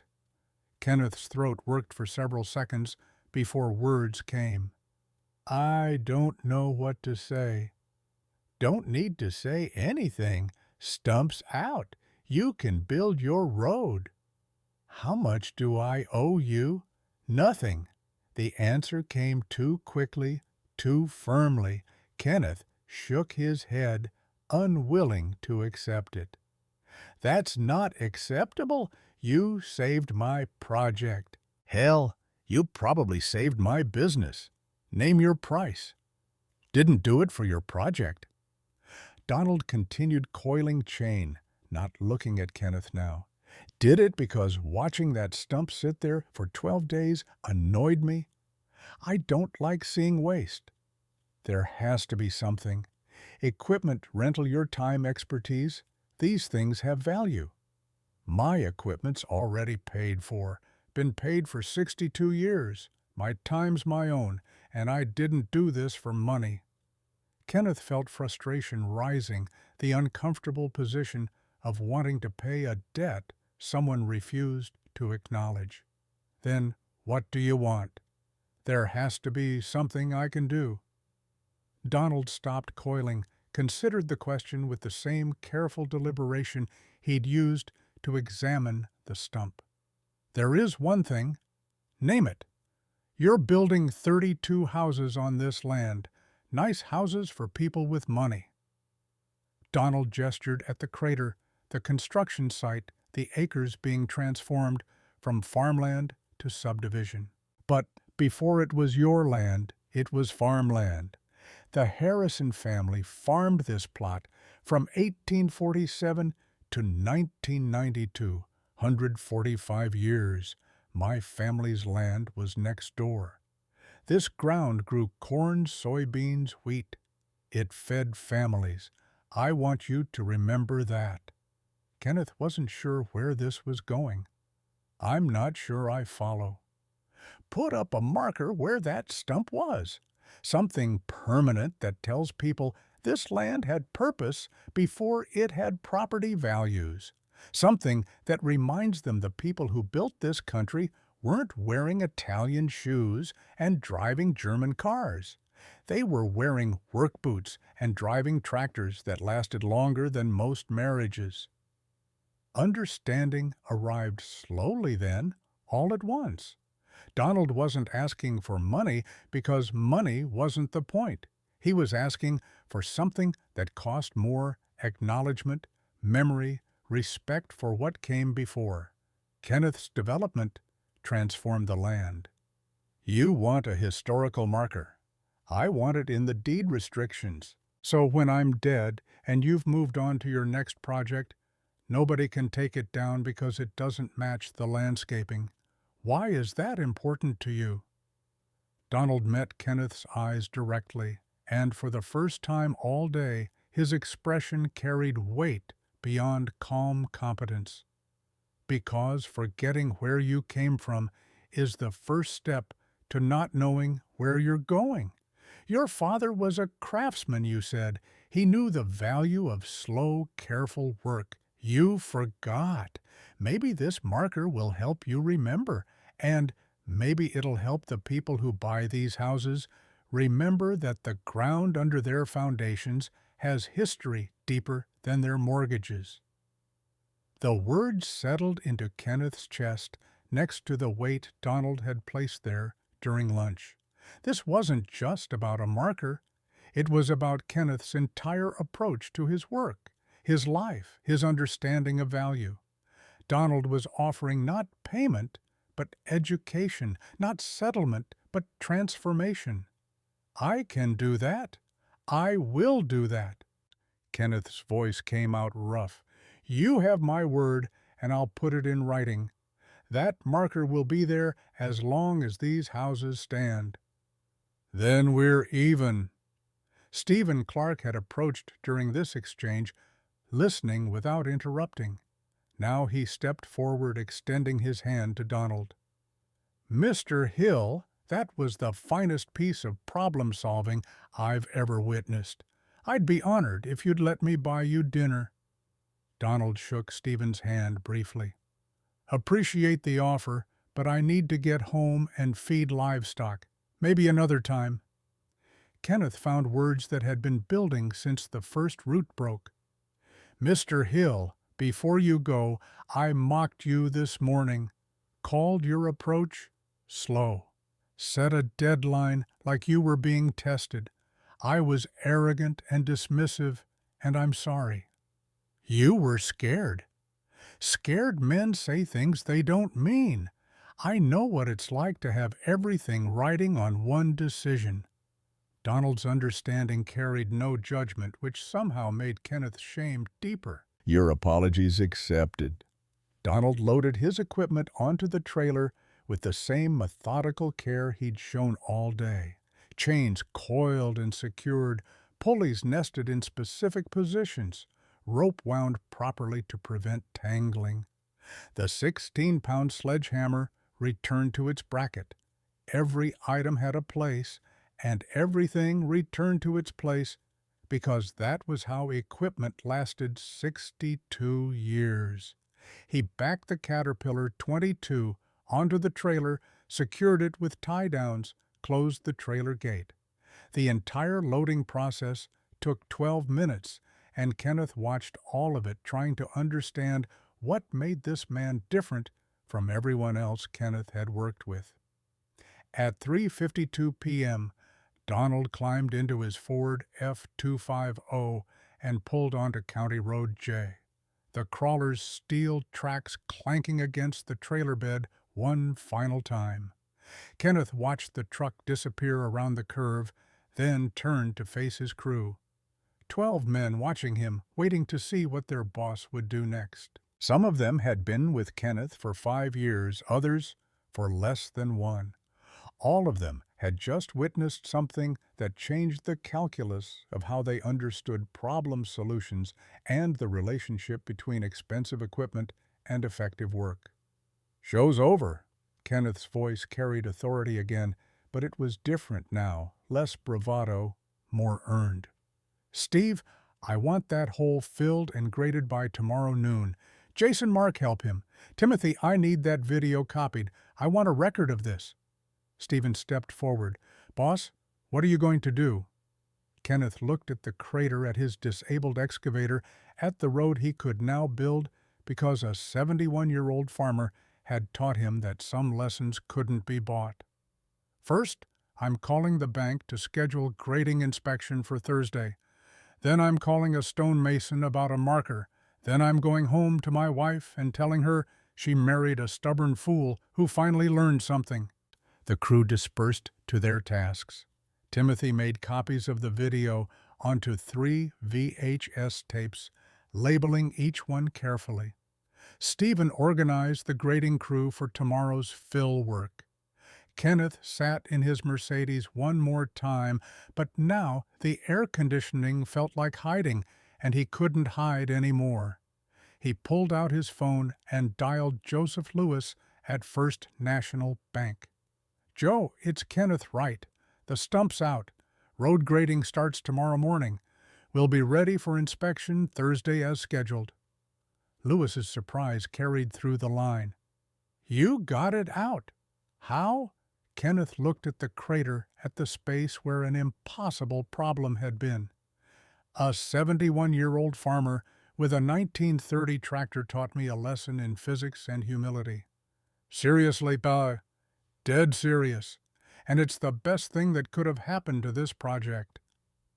After confirming Thursday's inspection appointment, Kenneth sat in the parking area and let the day's wait settle. His phone showed 4:15 p.m. He'd told Michelle he'd be home by 6. For once, he'd keep that promise. But first, he needed to make one more call. He scrolled through his contacts to Michael Davis, the attorney who handled his contract work. "Mike, it's Kenneth. I need deed restriction language for Oakwood Ridge. There's going to be a historical marker at the entrance, and I want it protected in perpetuity. Can't be removed, relocated, or modified without unanimous homeowner vote." Michael's confusion was audible. "That's unusual, Kenneth. HOAs typically hate restrictions that limit their authority. Why is this important?" Kenneth looked at the crater one more time, remembering Donald's words about forgetting where you came from. "Because a man who saved my project asked for it, and because I owe him more than I can ever repay." The sun was dropping toward the western horizon when Kenneth finally left the site. In his rear-view mirror, he could see the crater where the oak had been the space that represented not just a removed obstacle, but a fundamental shift in how Kenneth Wright understood the world. Expensive didn't mean better, new didn't mean smarter, and sometimes the people you were quickest to dismiss had the most important things to teach you. The lessons his father Richard had tried to teach him for 42 years, Kenneth had finally learned in 4 hours and 12 minutes from a farmer named Donald Hill and a rust-orange crawler built in 1930. As he drove toward home, toward Michelle, and the conversation they needed to have about honesty and fear and what really mattered, Kenneth thought about the marker he'd promised to build. He'd need to write the inscription carefully, make it say something true about what had happened here, about what the land had been and what it was becoming. But that could wait. Tonight, he needed to tell his wife the truth about their finances, about the risk he'd taken, about the failure he'd experienced, and the unexpected salvation that had arrived in overalls and a decades-old machine. Tomorrow, he'd start becoming someone his father would recognize, someone who understood that wisdom and expensive equipment weren't the same thing, someone who'd learned was still learning that the old ways sometimes worked precisely because they were old, tested by generations of people who couldn't afford to be wrong. The Caterpillar. 22 was already back in Donald Hill's barn, covered with its canvas tarp, maintained and ready for the next impossible problem that would need patience instead of power, and Kenneth Wright was finally ready to understand why that mattered. Kenneth reached home at 6:18 p.m., 2 minutes before his promise to Michelle would have become another broken commitment. Their house in Columbia sat on a half-acre lot he'd bought in 1987 before the MS diagnosis, before the second mortgage, before he'd learned that owning things and understanding them were different skills. Michelle was in the kitchen when he walked in, moving slowly because her left leg had been numb since morning. She turned from the stove, where something that smelled like chicken and rosemary was cooking, saw his face, and her expression shifted from greeting to concern. "What happened?" Kenneth set his keys on the counter, and the story came out in a rush he couldn't control. The 12 days of failure, the $18,000, wasted, the hydraulic lines blown one after another, the farmer who'd appeared with a tractor from 1930, the physics lesson in patience that had pulled out what Kenneth's expensive equipment couldn't touch, the debt he couldn't repay with money because the man who'd saved him didn't want payment. Michelle listened without interrupting until Kenneth ran out of words and stood there in their kitchen, feeling more exposed than he'd felt in 20 years of marriage. "You were humiliated in front of your entire crew. Completely, publicly, and it was the best thing that's happened to me since I met you." Her confusion showed in the way her head tilted, the gesture that meant she was trying to understand something that didn't fit her model of how Kenneth thought. How is humiliation good? Kenneth pulled out a chair and sat, heavily exhaustion from 2 weeks of stress finally catching him. "Because I needed it. I've spent 20 years thinking expensive meant better, thinking new meant smarter. I became exactly what Dad warned me against. Today, a 71-year-old farmer with equipment older than television proved me wrong about everything." Michelle moved to the chair across from him, the numbness in her leg making her sit carefully. "Your father would have liked Donald Hill." The tears Kenneth had been holding since 3:05 p.m. finally came, not dramatic, but steady. "Dad would have loved him. They thought the same way, and I sold all Dad's tools after he died because I thought they were obsolete. What was I thinking?" Michelle reached across the table, took his hand. Her grip was weaker than it used to be, one of the small degradations MS brought that she never complained about. "You were thinking like someone building a future. You just forgot the past has lessons the future needs." The absolution in her voice made it worse. Kenneth didn't deserve understanding, didn't deserve this woman who'd stood by him through failures she didn't even know about yet. "There's more. The second mortgage I took out in February, I told you it was business assets only. It wasn't. I put up the house." Michelle's hand stiffened in his, but didn't pull away. "The house? $240,000. If Oakwood Ridge had failed, we'd lose everything. The business this house Rebecca's college fund. Everything." Silence stretched between them, measured in heartbeats and the sound of rosemary chicken cooking. Michelle's face went through several expressions Kenneth couldn't read before settling on something between anger and exhausted acceptance. "You should have told me." "I know. I have MS, Ken. I'm not fragile. I'm sick, not stupid." "I know." His voice cracked on the second word. "I was scared. The medical bills, Rebecca's tuition, the project costs climbing. I thought I could handle it myself, thought I could fix it before you had to worry." "That's not how marriage works." Michelle stood her leg buckling slightly before she caught herself on the table. "We face things together, or we don't face them at all." Kenneth nodded, unable to speak past the tightness in his throat. Michelle looked at him for another long moment, then walked to the stove to check the chicken. The gesture felt like forgiveness, deferred judgment, postponed until she could process what he'd confessed. They ate dinner in near silence, 23 years of marriage, providing enough comfort that the quiet didn't feel hostile. Afterward, Michelle went to bed. Early, the MS fatigue hitting harder in evening, and Kenneth sat in his home office staring at the photo of his father, Richard, on the wall. Richard Wright in his workshop, surrounded by hand planes and chisels, wearing the leather apron he'd owned for 30 years. The photo had been taken in 1988, a year before the stroke that killed him. Richard had been 64 in the photo, same age Kenneth would be in 2016 if he lived that long. Kenneth spoke to the photograph like he used to speak to his father when Richard was alive, and Kenneth still listened. "You tried to tell me.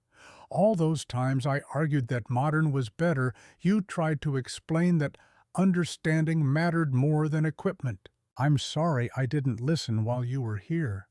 I'm listening now." The photo offered no response, but Kenneth felt something shift anyway. Not absolution, not forgiveness from beyond death, just the quiet recognition that growth was possible even after catastrophic failure, that humiliation could be transformed into education if you were willing to accept the lesson. He made calls until nearly midnight. William Anderson, a stonemason who'd done work for Wright Development before about a granite marker that needed to last centuries. Michael Davis again about making the deed language absolutely bulletproof. Stephen Clark about scheduling the grading work that could finally proceed now that the impossible obstacle had been removed. Donald Hill arrived home at 4:30 p.m. and went immediately to the barn where the Caterpillar 22 sat on its trailer. The afternoon's work had been ordinary. By Donald's standards, a stump pulled, a problem solved. Nothing remarkable, except to people who'd forgotten how physics worked before hydraulics. He backed the crawler off the trailer and into its usual storage position.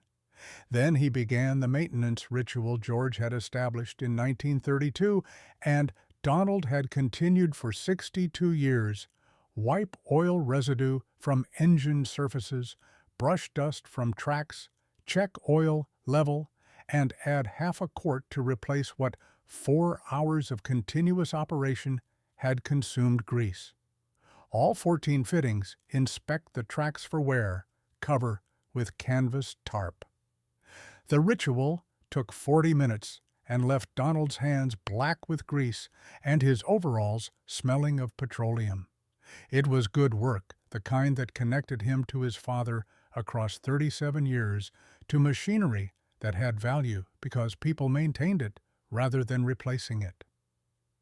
At 5:45 p.m., The phone in Donald's kitchen rang. Ronald calling for their weekly conversation, the routine they'd established after Shirley died in 1986 and maintained through 8 years of Ronald living in St. Louis while Donald stayed on the farm.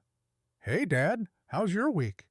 Donald settled into the chair by the phone, the same chair he'd sat in for these calls since Ronald moved away. "Pulled a stump today."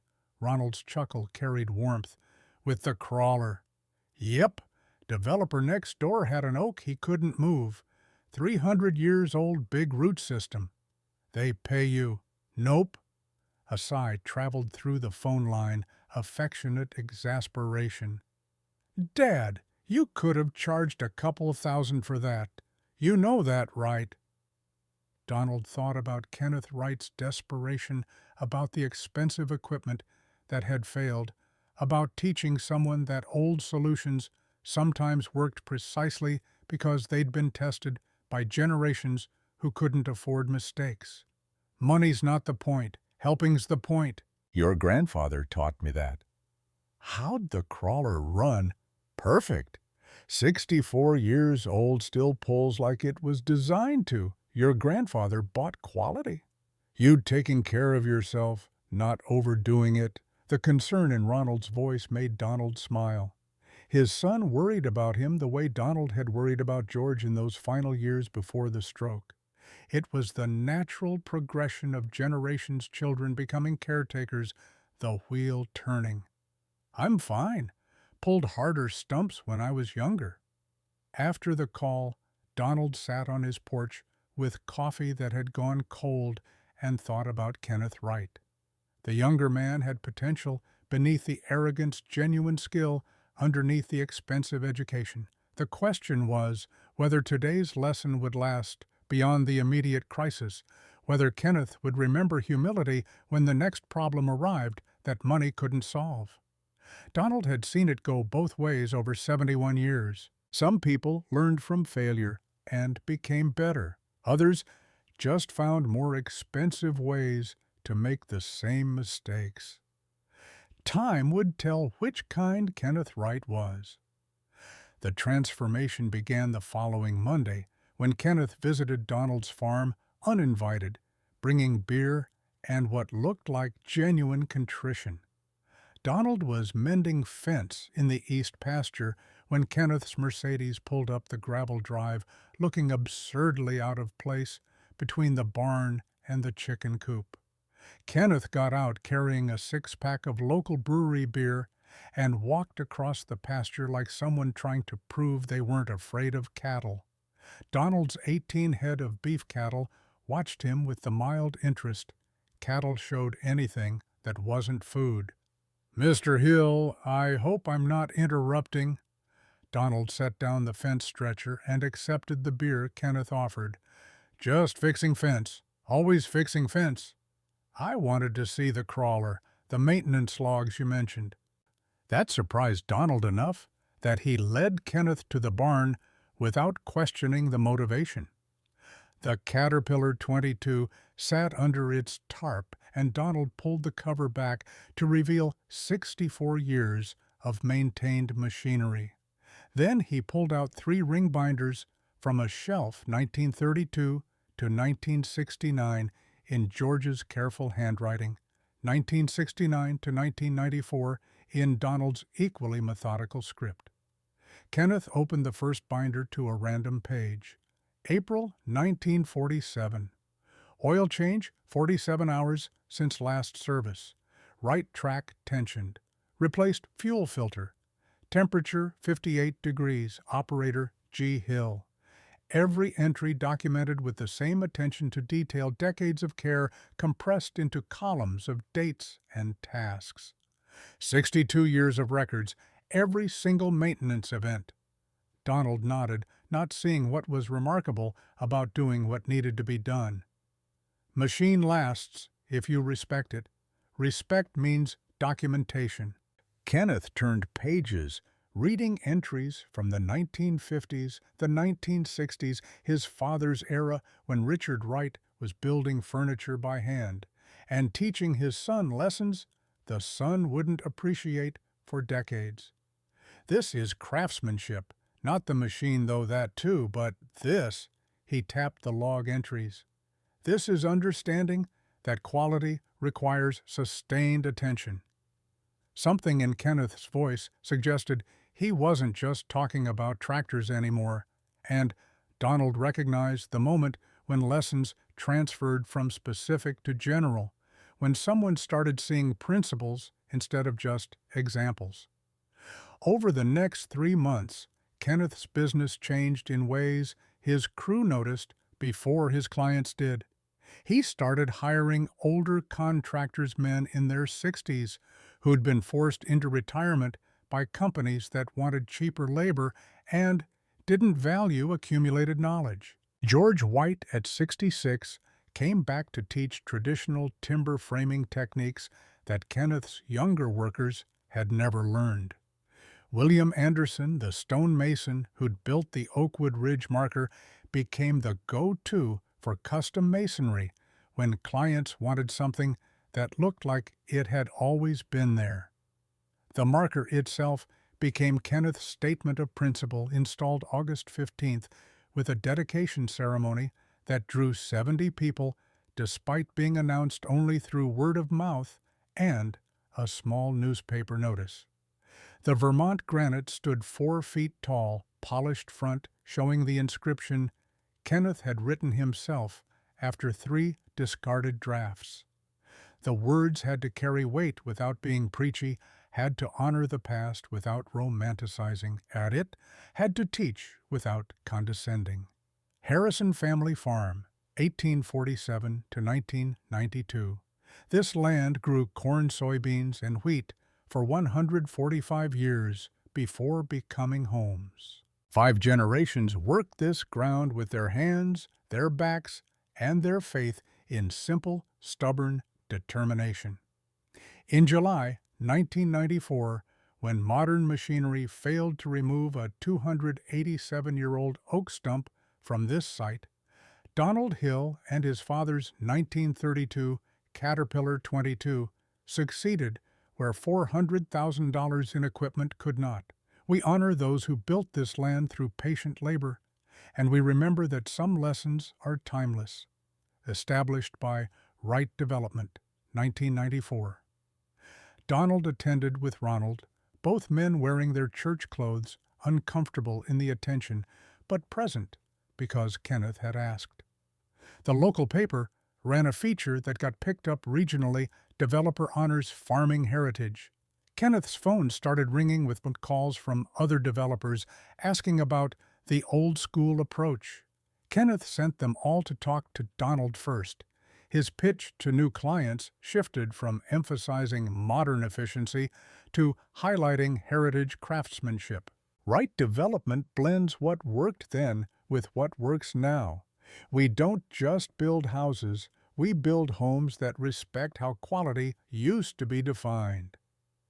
Business increased 18% in the fourth quarter of 1994 compared to the previous year. More importantly, the client base changed. Fewer house flippers looking for maximum profit, more families wanting homes they'd pass to their children.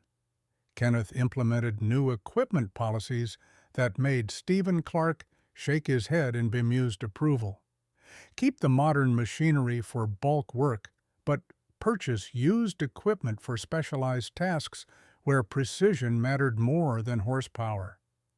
A 1975 John Deere backhoe for $8,400 because it was easier to control than massive excavators.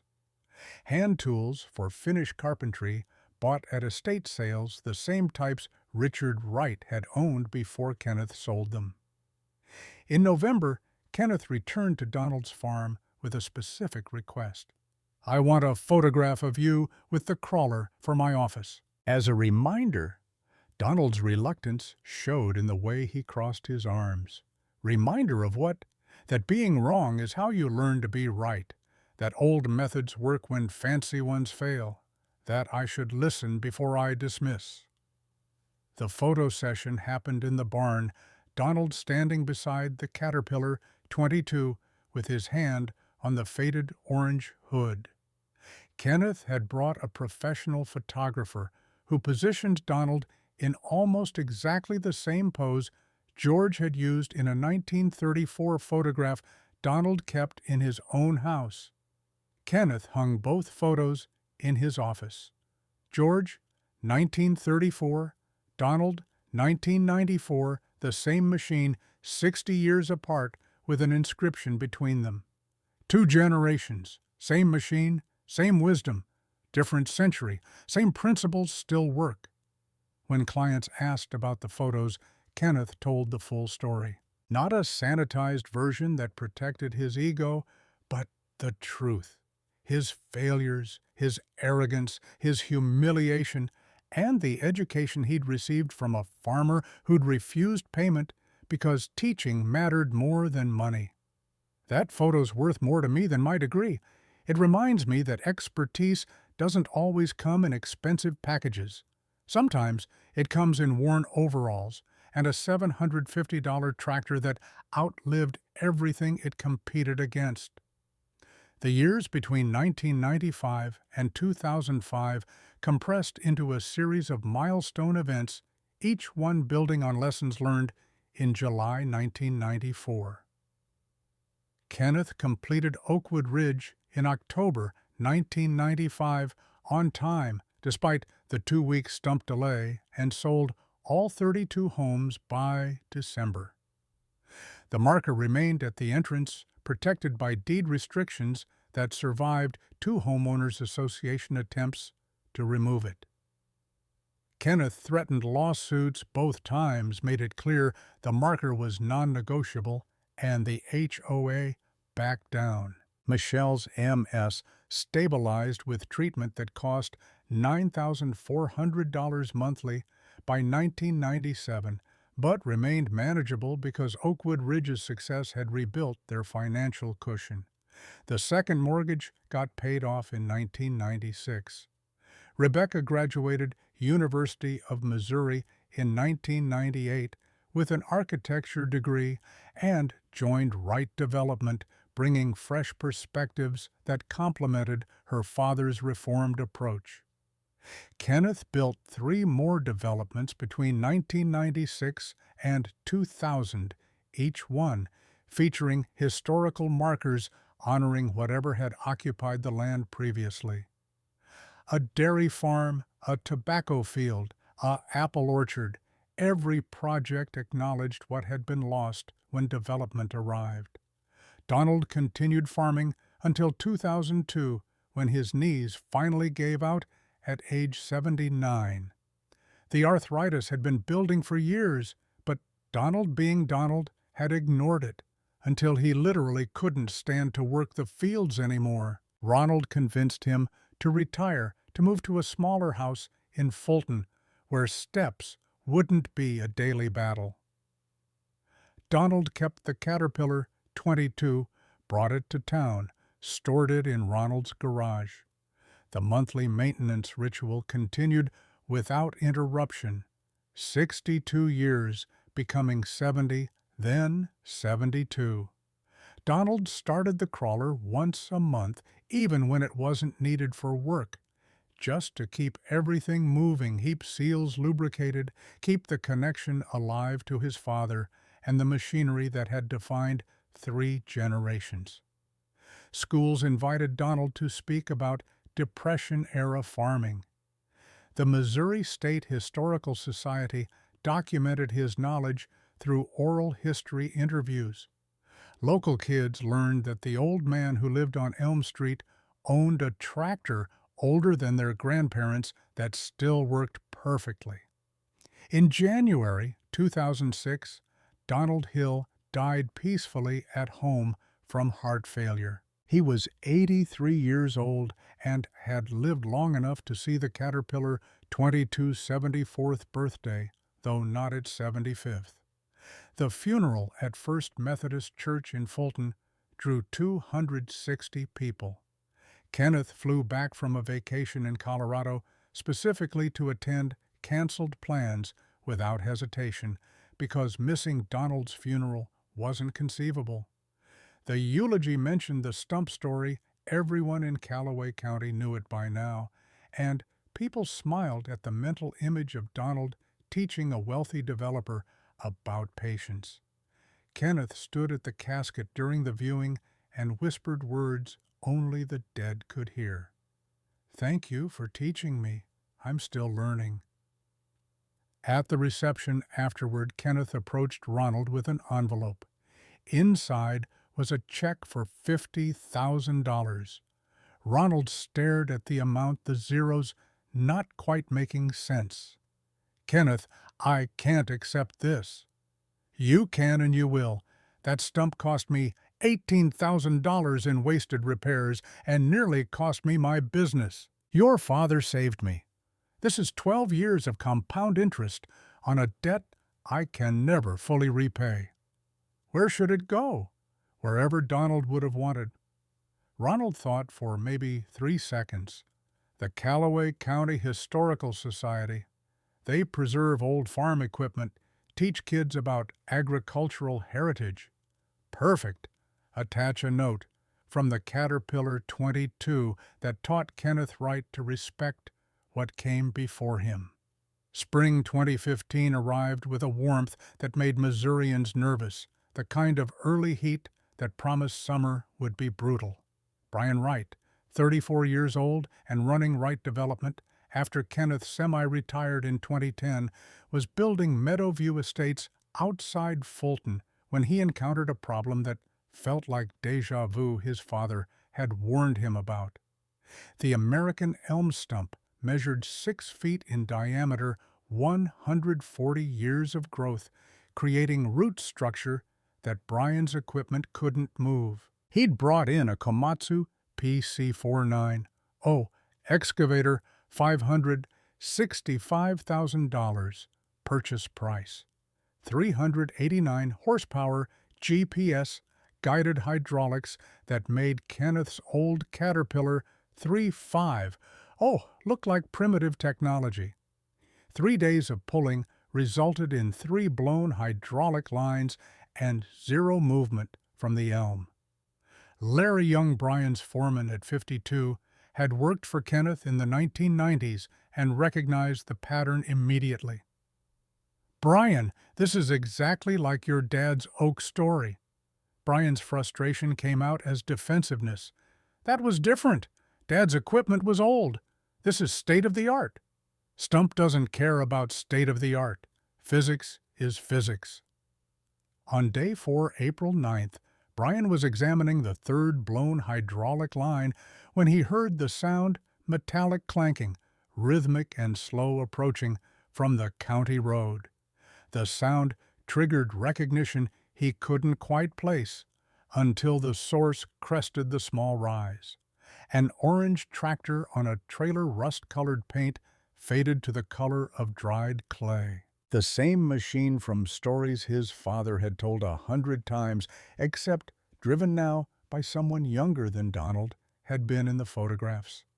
Ronald Hill climbed out of his Ford F-25, now 62 years old, with gray hair, but still moving with the strength that came from maintaining machinery that demanded physical work.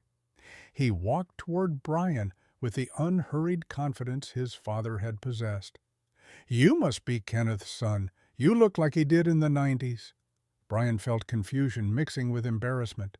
His crew was watching same as Kenneth's crew had watched 21 years ago. "Do I know you?" "No, but your father knows my family. We had an encounter with a stump." Recognition arrived like cold water. "You're Donald Hill's son, the farmer with the old tractor." "That's right. Heard you might have a stump problem."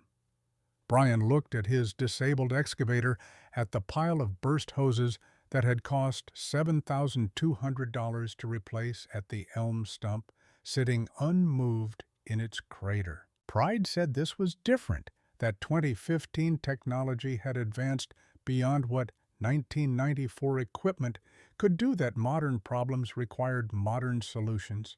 But the stump hadn't moved, and Brian's father had taught him eventually, after painful experience, that sometimes Old solutions worked precisely because they'd been tested by people who couldn't afford failure.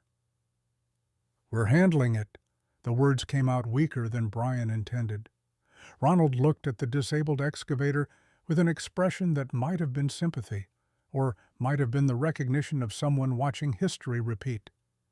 "Sure looks like you're handling it." Before Brian could respond, Ronald pulled out his phone. "Before we start, I think you should call your father. Put him on speaker." "Why?" "Trust me." Brian dialed, confused, but curious enough to follow the suggestion.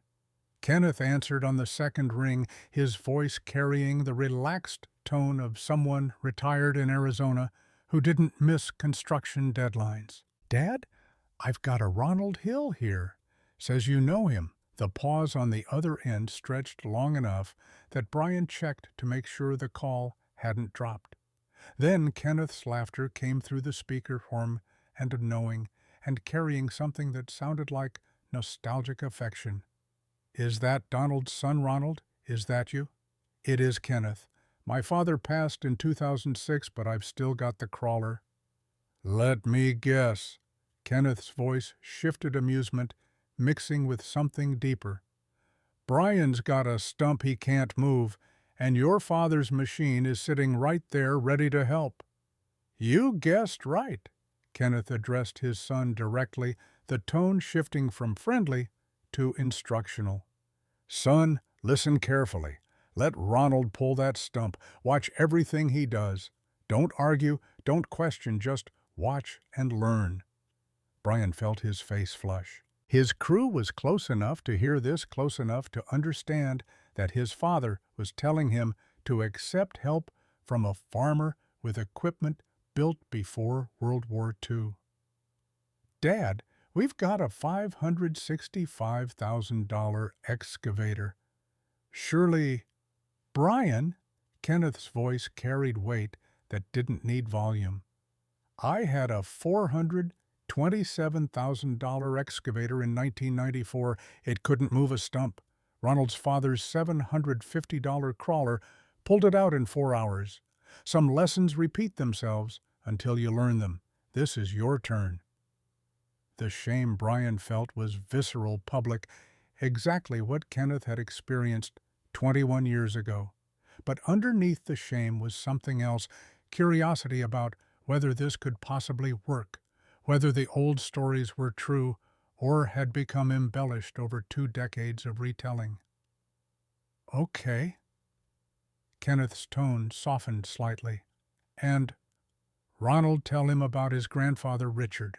Tell him about the marker at Oakwood Ridge. Tell him that expensive doesn't mean better, that new doesn't mean smarter, and that patience beats power every damn time." "I will." After the call ended, Ronald began unloading his equipment with the same methodical approach Donald had used in 1994. Block and tackle system chains of different gauges, steel stakes, manila rope. The setup took nearly 3 hours, and Brian watched every minute of it. Unlike Donald, who'd worked in near silence, Ronald explained as he went. Maybe the 21 years had taught the Hill family that education required explicit instruction, not just demonstration. Maybe Ronald had learned from his father's example that showing was good, but telling while showing was better. "This pulley system multiplies force by 6, not horsepower force. My tractor pulls with about 1,800 pounds at the drawbar. Through these pulleys, that becomes 10,800 pounds on the stump, applied steadily for however long it takes." Brian's engineering education kicked in, the physics making sense, even as the antiquated methodology seemed impossible. "So you're trading speed for force. Same power, different application." "Exactly. Your excavator makes its power in bursts. Hydraulic pressure spikes, something moves or something breaks. This applies steady force until roots give up one at a time." The explanation clarified what Brian had been doing wrong. He'd been trying to overpower the stump with maximum force, applied all at once the same mistake his father had made, the same mistake every person made who thought problems could be solved by throwing more expensive equipment at them. At 1:15 p.m., Ronald started the Caterpillar 22. The engine coughed, blue smoke settled into the same irregular idle that had characterized the machine for 85 years. The sound was identical to video footage Brian had seen from his father's 1994 experience mechanical continuity across 2 decades. The pulling took 2 hours and 47 minutes. Ronald worked through root clusters, systematically breaking them one at a time, occasionally repositioning when resistance indicated a root angled differently than expected. Brian watched the methodology, saw the problem-solving in real time, recognized expertise when confronted with it. When the final pull came, when the taproot snapped with the same explosive boom that had characterized his father's oak, the elm erupted from its crater exactly as the videos had shown, as the stories had described, as physics dictated it must, when force overcame resistance through patient application. Brian's crew erupted in the same amazed applause Kenneth's crew had given 21 years prior. Larry Young walked over to Brian with an expression that mixed vindication with sympathy. 2 hours 47 minutes, 85-year-old tractor. Same physics that didn't care about your father's modern equipment doesn't care about yours either. After Ronald finished coiling his chains and loading his equipment, Brian approached him with the same question Kenneth had asked Donald in 1994, the question that seemed inevitable when confronting the gap between what you thought you knew and what you just learned. How is that possible? Your tractor makes maybe 10% the horsepower of my excavator. Ronald's answer was identical to his father's word for word because some truths didn't change across generations. Some problems don't need more power. They need better thinking. Brian sat on the extracted elm stump, the bark rough against his jeans, and let the lesson sink in. His grandfather, Richard, had been a Finnish carpenter who worked with hand tools. His father, Kenneth, had rejected that approach before learning it had value. Now Brian was learning the same lesson in the same way history repeating because the underlying principles remained constant. Ronald continued his voice, carrying the same patient teaching tone his father had used. Your grandfather Richard tried to teach your father that understanding the work mattered more than owning the best equipment. Your father learned from my father using this crawler. Now you're learning from me using the same machine. That's what legacy means. What do I owe you? Same thing my father charged yours. Nothing. The answer frustrated Brian the same way it had frustrated Kenneth. That's not fair. Fair's got nothing to do with it. My father helped yours. Now I'm helping you. Someday you'll help someone else. That's how it works. Later that afternoon, Brian drove to Oakwood Ridge for the first time in years. The development had aged well, landscaping mature houses, showing the kind of weathering that made them look settled rather than new. The marker stood exactly where Kenneth had placed it in 1994 Vermont granite, showing no degradation despite 21 years of Missouri weather.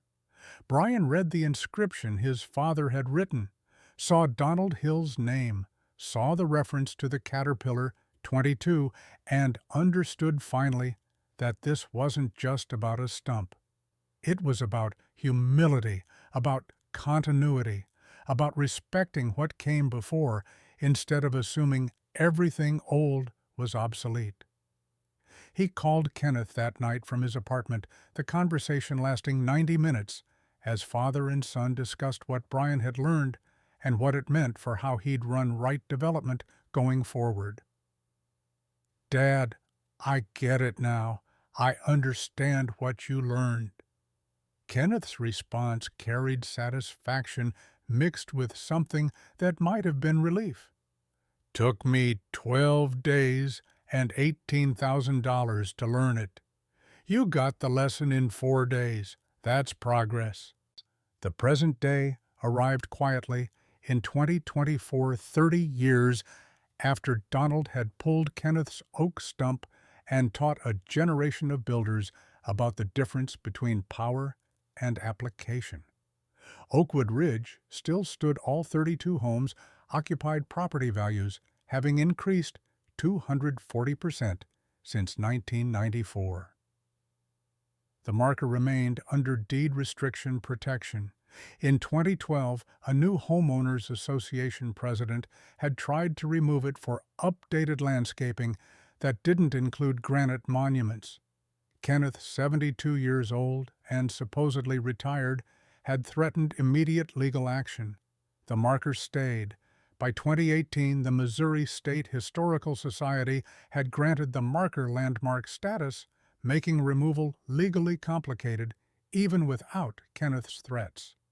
Kenneth himself lived in Columbia, now having moved back from Arizona in 2020, after Michelle passed away from MS complications in 2019. Their marriage had lasted 47 years, longer than the Caterpillar 22's service life. By 15 years, though both relationships had required similar maintenance attention share. Honest acknowledgement when something needed repair. His home office still displayed the photographs: George Hill, 1934, Donald Hill, 1994, and now a third Ronald Hill, 2015, with Brian Wright watching in the background. The caption read, "3 generations taught by one machine. Patience beats power every time." Brian ran Wright Development with 60 employees, larger than Kenneth's operation had ever been. The company maintained the heritage craftsmanship brand, included historical markers on every project, kept older contractors on staff as living repositories of knowledge that couldn't be learned from manuals. Ronald Hill, at 71, occupied the same age Donald had been in 1994, and the symmetry wasn't lost on him. He'd retired from the Caterpillar plant in 2019, moved back to Fulton full-time, lived in the house where his father had spent final years. The farm was leased to a young farmer named Jacob, who grew organic soybeans and asked Ronald's advice about everything. The Caterpillar 22 sat in Ronald's garage, started once monthly, for 94 years, without interruption. The maintenance logs now filled 4 ring binders: George, 1932 to 1969, Donald, 1969 to 2006, Ronald, 2006 to 2024. Every oil change, every repair, every hour of operation documented with the same careful attention that had characterized the machine's entire existence. Ronald's daughter Pamela was 30 years old, mechanical engineer like her father, and she'd been learning to operate the crawler since her 16th birthday. The ritual was important, passing knowledge from generation to generation, ensuring someone would maintain the machine when Ronald couldn't anymore. On an April morning in 2024, Ronald and Pamela performed the monthly start together. Ronald checked oil clean full, fuel fresh, battery charged, track tension proper. The same checklist George had established 92 years ago, refined by Donald, continued by Ronald, now being taught to Pamela. She watched her father's hands move through the sequence with the confidence that came from doing something thousands of times. Grandpa Donald did this every month since 1969, when he inherited it from great-grandpa George. Before that, George did it from 1932. 94 years, never missed once. Pamela tried to imagine that kind of consistency, that commitment to maintenance across nearly a century. Her generation replaced phones every 2 years, considered 5-year-old technology ancient. This machine was 94 and worked perfectly because people had cared for it.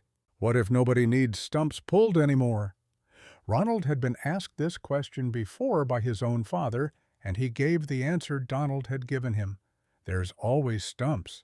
Maybe not tree stumps, but problems people think money can solve, equipment can handle, technology can fix. When those fail, simple machines matter.